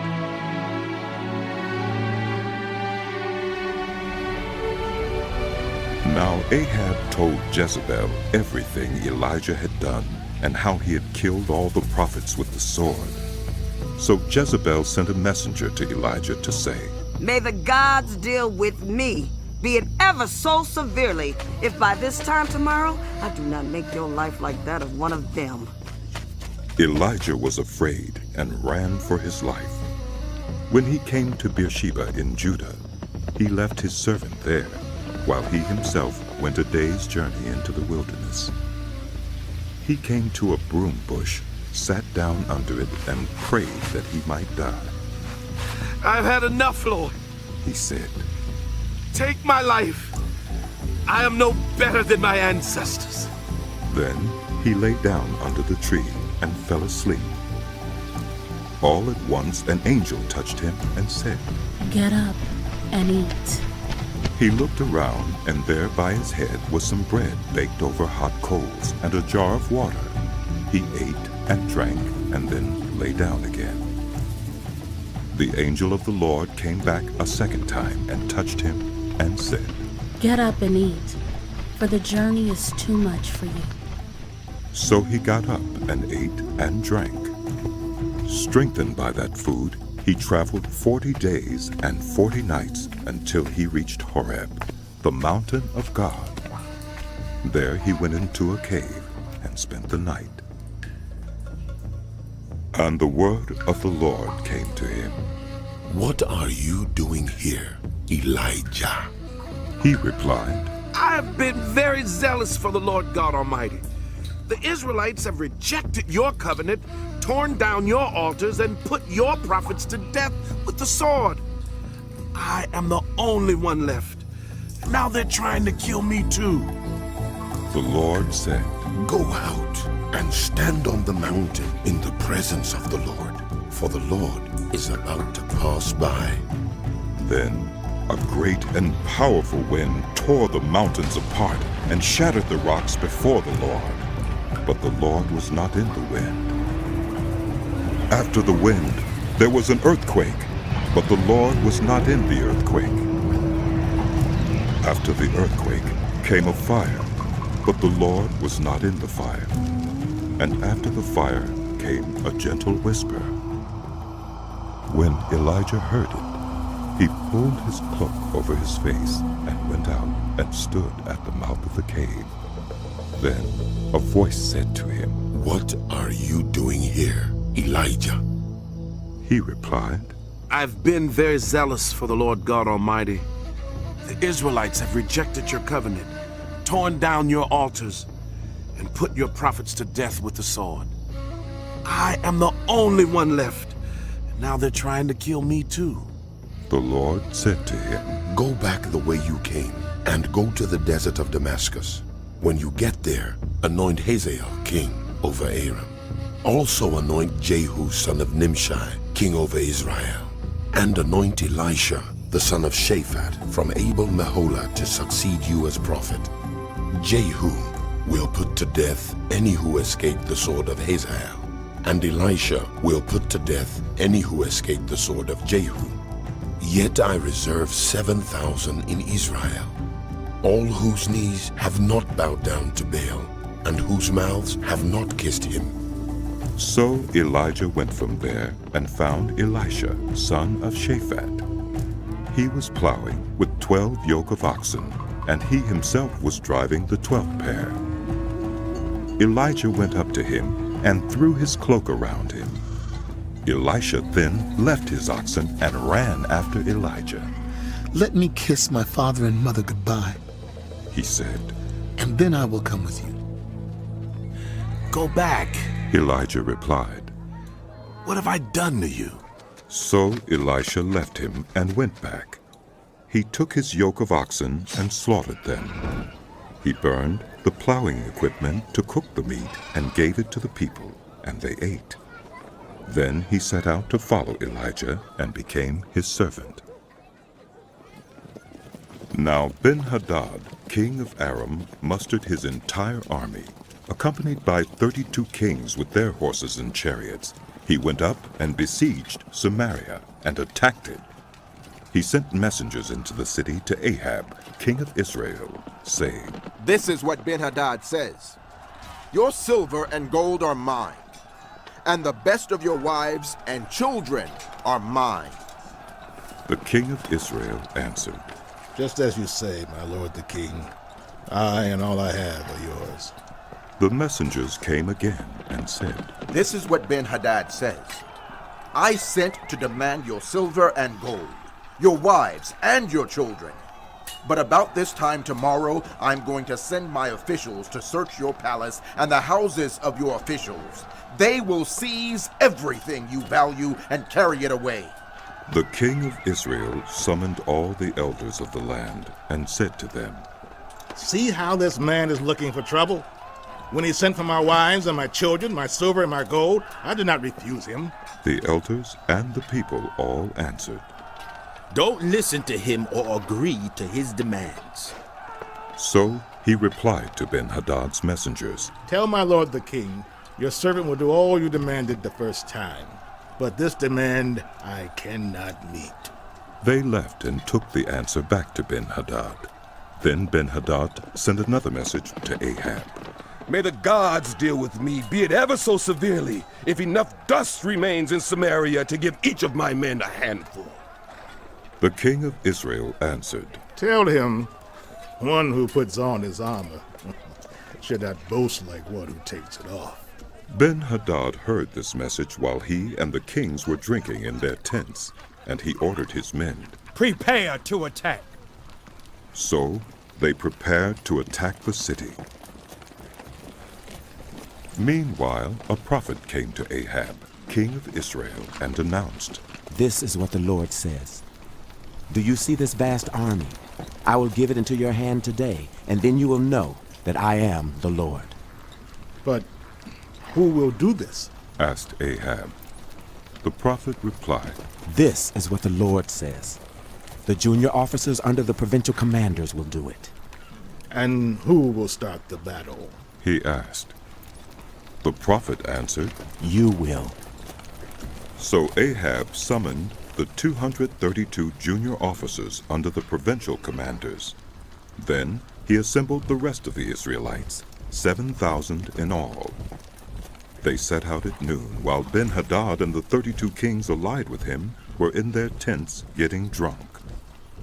The junior officers under the provincial commanders went out first. Now Ben-Hadad had dispatched scouts who reported, Men are advancing from Samaria. He said, They've come out for peace. Take them alive. They've come out for war. Take them alive.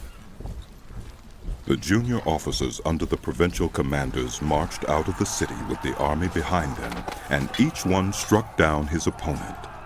At that, the Arameans fled with the Israelites in pursuit. But Ben-Hadad, king of Aram, escaped on horseback with some of his horsemen. The king of Israel advanced and overpowered the horses and chariots, and inflicted heavy losses on the Arameans. Afterward, the prophet came to the king of Israel and said, Strengthen your position and see what must be done, because next spring the king of Aram will attack you again. Meanwhile, the officials of the king of Aram advised him, Their gods are gods of the hills. That is why they were too strong for us. But if we fight them on the plains, surely we will be stronger than they. Do this. Remove all the kings from their commands and replace them with other officers. You must also raise an army like the one you lost, horse for horse and chariot for chariot, so we can fight Israel on the plains. Then surely we will be stronger than they. He agreed with them and acted accordingly. The next spring, Ben-Hadad mustered the Arameans and went up to Aphek to fight against Israel. When the Israelites were also mustered and given provisions, they marched out to meet them. The Israelites camped opposite them, like two small flocks of goats, while the Arameans covered the countryside. The man of God came up and told the king of Israel, "This is what the Lord says. Because the Arameans think the Lord is a God of the hills and not a God of the valleys, I will deliver this vast army into your hands, and you will know that I am the Lord." For 7 days they camped opposite each other, and on the 7th day the battle was joined. The Israelites inflicted 100,000 casualties on the Aramean foot soldiers in 1 day. The rest of them escaped to the city of Aphek, where the wall collapsed on 27,000 of them, and Ben-Hadad fled to the city and hid in an inner room. His officials said to him, "Look, we have heard that the kings of the house of Israel are merciful. Let us go to the king of Israel with sackcloth around our waist and ropes around our heads. Perhaps he will spare your life." Wearing sackcloth around their waists and ropes around their heads, they went to the king of Israel and said, "Your servant Ben-Hadad says, 'Please, let me live.'" The king answered, "Is he still alive?" "He is an old ally." The men took this as a good sign and were quick to pick up his word. "Yes, your old ally Ben-Hadad," they said. "Go and get him," the king said. When Ben-Hadad came out, Ahab had him come up into his chariot. "I will return the cities my father took from your father." Ben-Hadad offered, "You may set up your own market areas in Damascus, as my father did in Samaria." Ahab said, "On the basis of a treaty, I will set you free." So he made a treaty with him and let him go. By the word of the Lord, one of the company of the prophets said to his companion, "Strike me with your weapon." But he refused. So the prophet said, "Because you have not obeyed the Lord, as soon as you leave me, a lion will kill you." And after the man went away, a lion found him and killed him. The prophet found another man and said, "Strike me, please." So the man struck him and wounded him. Then the prophet went and stood by the road waiting for the king. He disguised himself with his headband down over his eyes. As the king passed by, the prophet called out to him, "Your servant went into the thick of the battle, and someone came to me with a captive and said, 'Guard this man. If he is missing, it will be your life for his life, or you must pay a talent of silver.' While your servant was busy here and there, the man disappeared." "That is your sentence," the king of Israel said. "You have pronounced it yourself."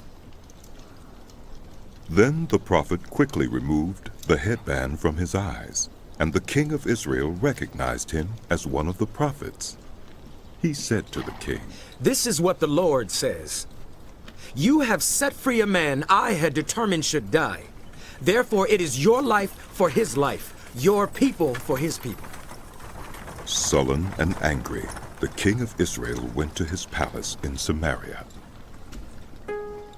Some time later, there was an incident involving a vineyard belonging to Naboth the Jezreelite. The vineyard was in Jezreel, close to the palace of Ahab, king of Samaria.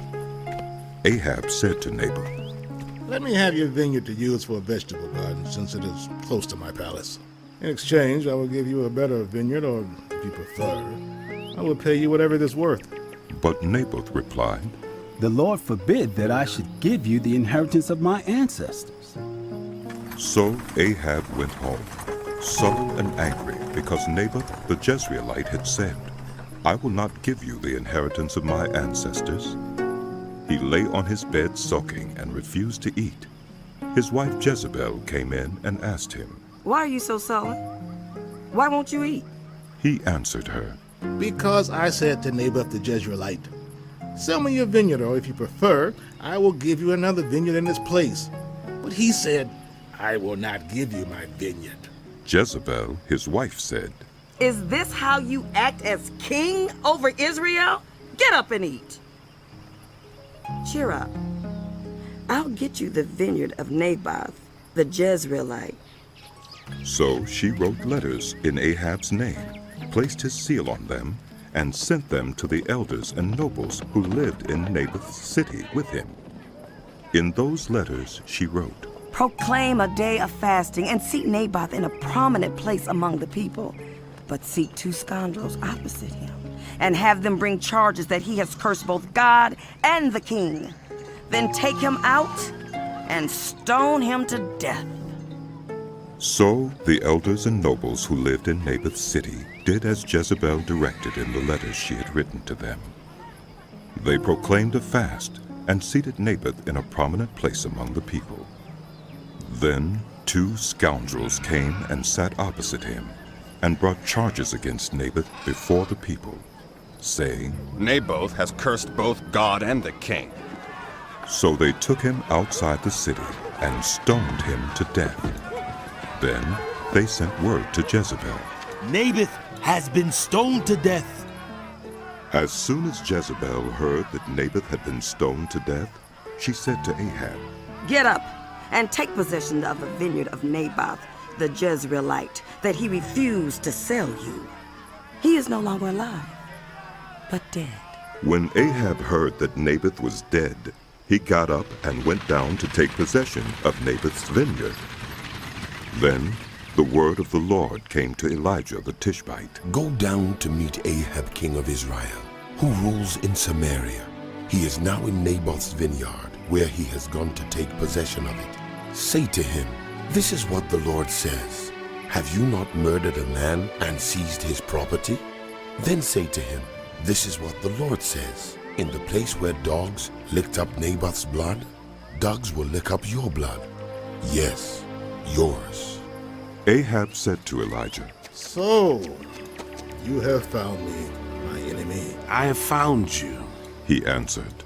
because you have sold yourself to do evil in the eyes of the Lord. He says, I am going to bring disaster on you.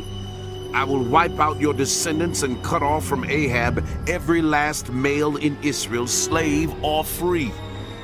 I will make your house like that of Jeroboam, son of Nebat, and that of Baasha, son of Ahijah, because you have aroused my anger and have caused Israel to sin. And also concerning Jezebel, the Lord says, dogs will devour Jezebel by the wall of Jezreel.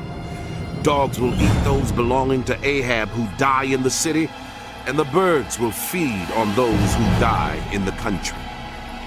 There was never anyone like Ahab who sold himself to do evil in the eyes of the Lord, urged on by Jezebel, his wife. He behaved in the vilest manner by going after idols, like the Amorites the Lord drove out before Israel. When Ahab heard these words, he tore his clothes, put on sackcloth, and fasted. He lay in sackcloth and went around meekly. Then the word of the Lord came to Elijah the Tishbite. Have you noticed how Ahab has humbled himself before me? Because he has humbled himself, I will not bring this disaster in his day, but I will bring it on his house. There was no war between Aram and Israel. But in the 3rd year, Jehoshaphat, king of Judah, went down to see the king of Israel. The king of Israel had said to his officials, Don't you know that Ramoth-Gilead belongs to us, and yet we are doing nothing to retake it from the king of Aram?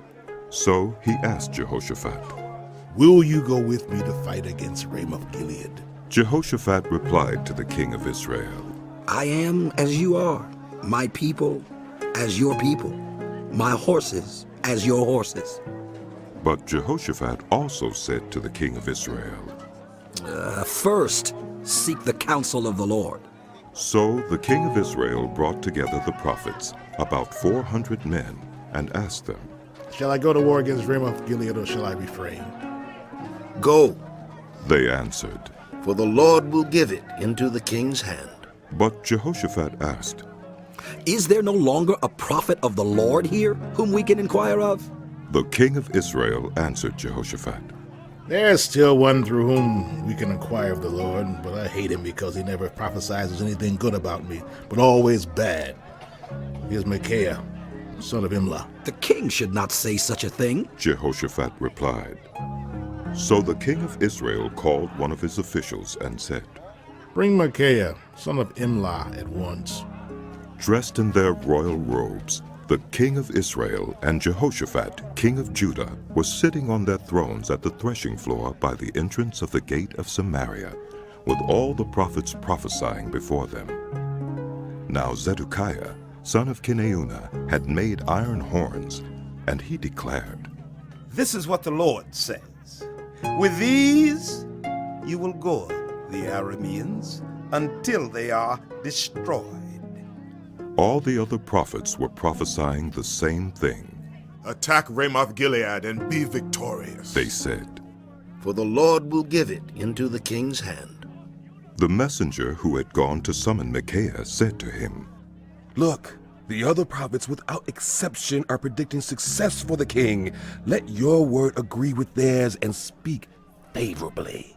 But Micaiah said, As surely as the Lord lives, I can tell him only what the Lord tells me. When he arrived, the king asked him, Micaiah, shall we go to war against Ramoth Gilead or not? Attack and be victorious. He answered, For the Lord will give it into the king's hand. The king said to him, How many times must I make you swear to tell me nothing but the truth in the name of the Lord? Then Micaiah answered, I saw all Israel scattered on the hills like sheep without a shepherd. And the Lord said, These people have no master. Let each one go home in peace.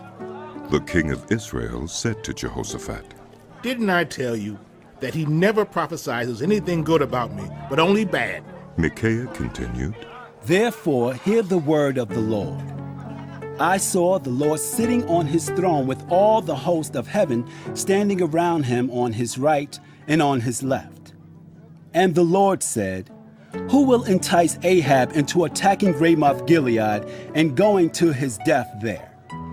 One suggested this and another that. Finally, a spirit came forward, stood before the Lord and said, I will entice him. By what means, the Lord asked.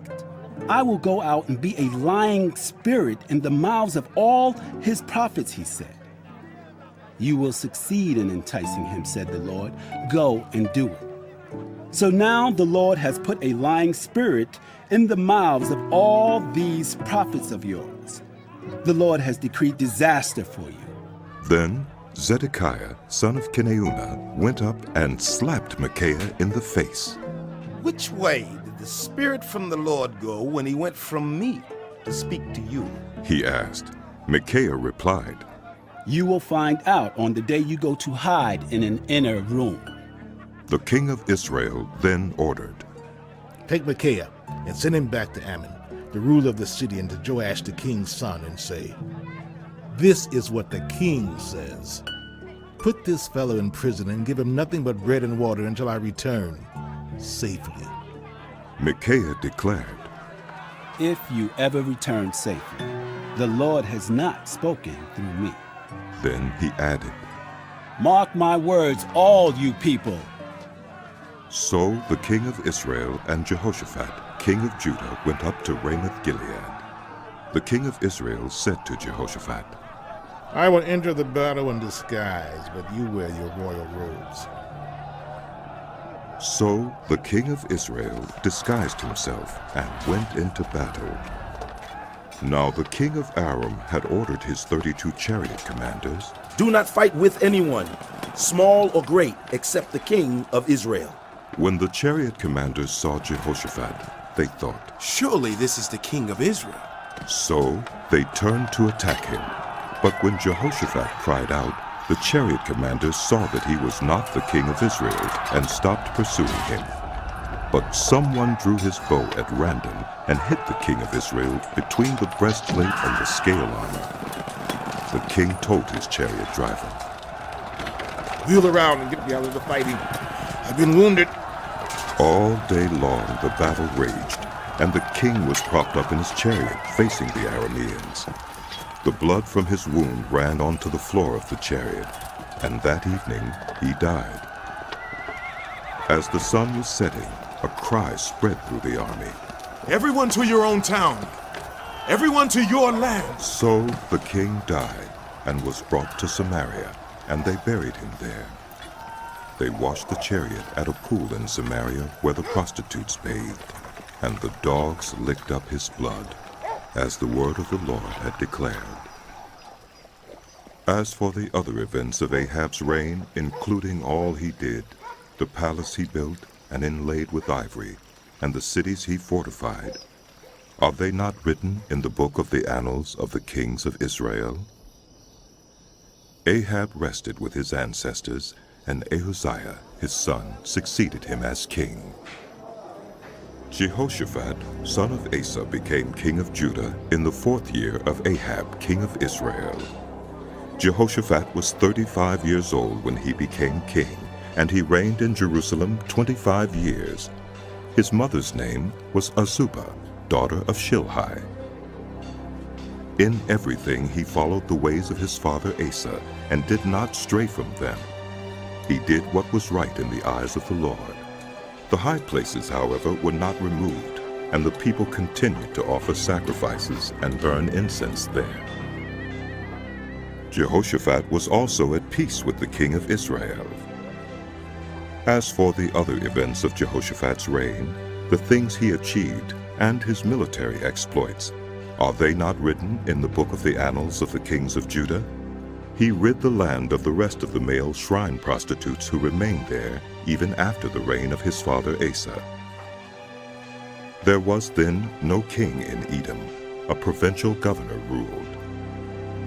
Now Jehoshaphat built a fleet of trading ships to go to Ophir for gold, but they never set sail. They were wrecked at Ezion-Geber. At that time, Ahaziah, son of Ahab, said to Jehoshaphat, "Let my men sail with yours." But Jehoshaphat refused. Then Jehoshaphat rested with his ancestors and was buried with them in the city of David, his father. And Jehoram, his son, succeeded him as king. Ahaziah, son of Ahab, became king of Israel in Samaria in the 17th year of Jehoshaphat, king of Judah, and he reigned over Israel 2 years. He did evil in the eyes of the Lord, because he followed the ways of his father and mother, and of Jeroboam, son of Nebat, who caused Israel to sin. He served and worshipped Baal, and aroused the anger of the Lord, the God of Israel, just as his father had done.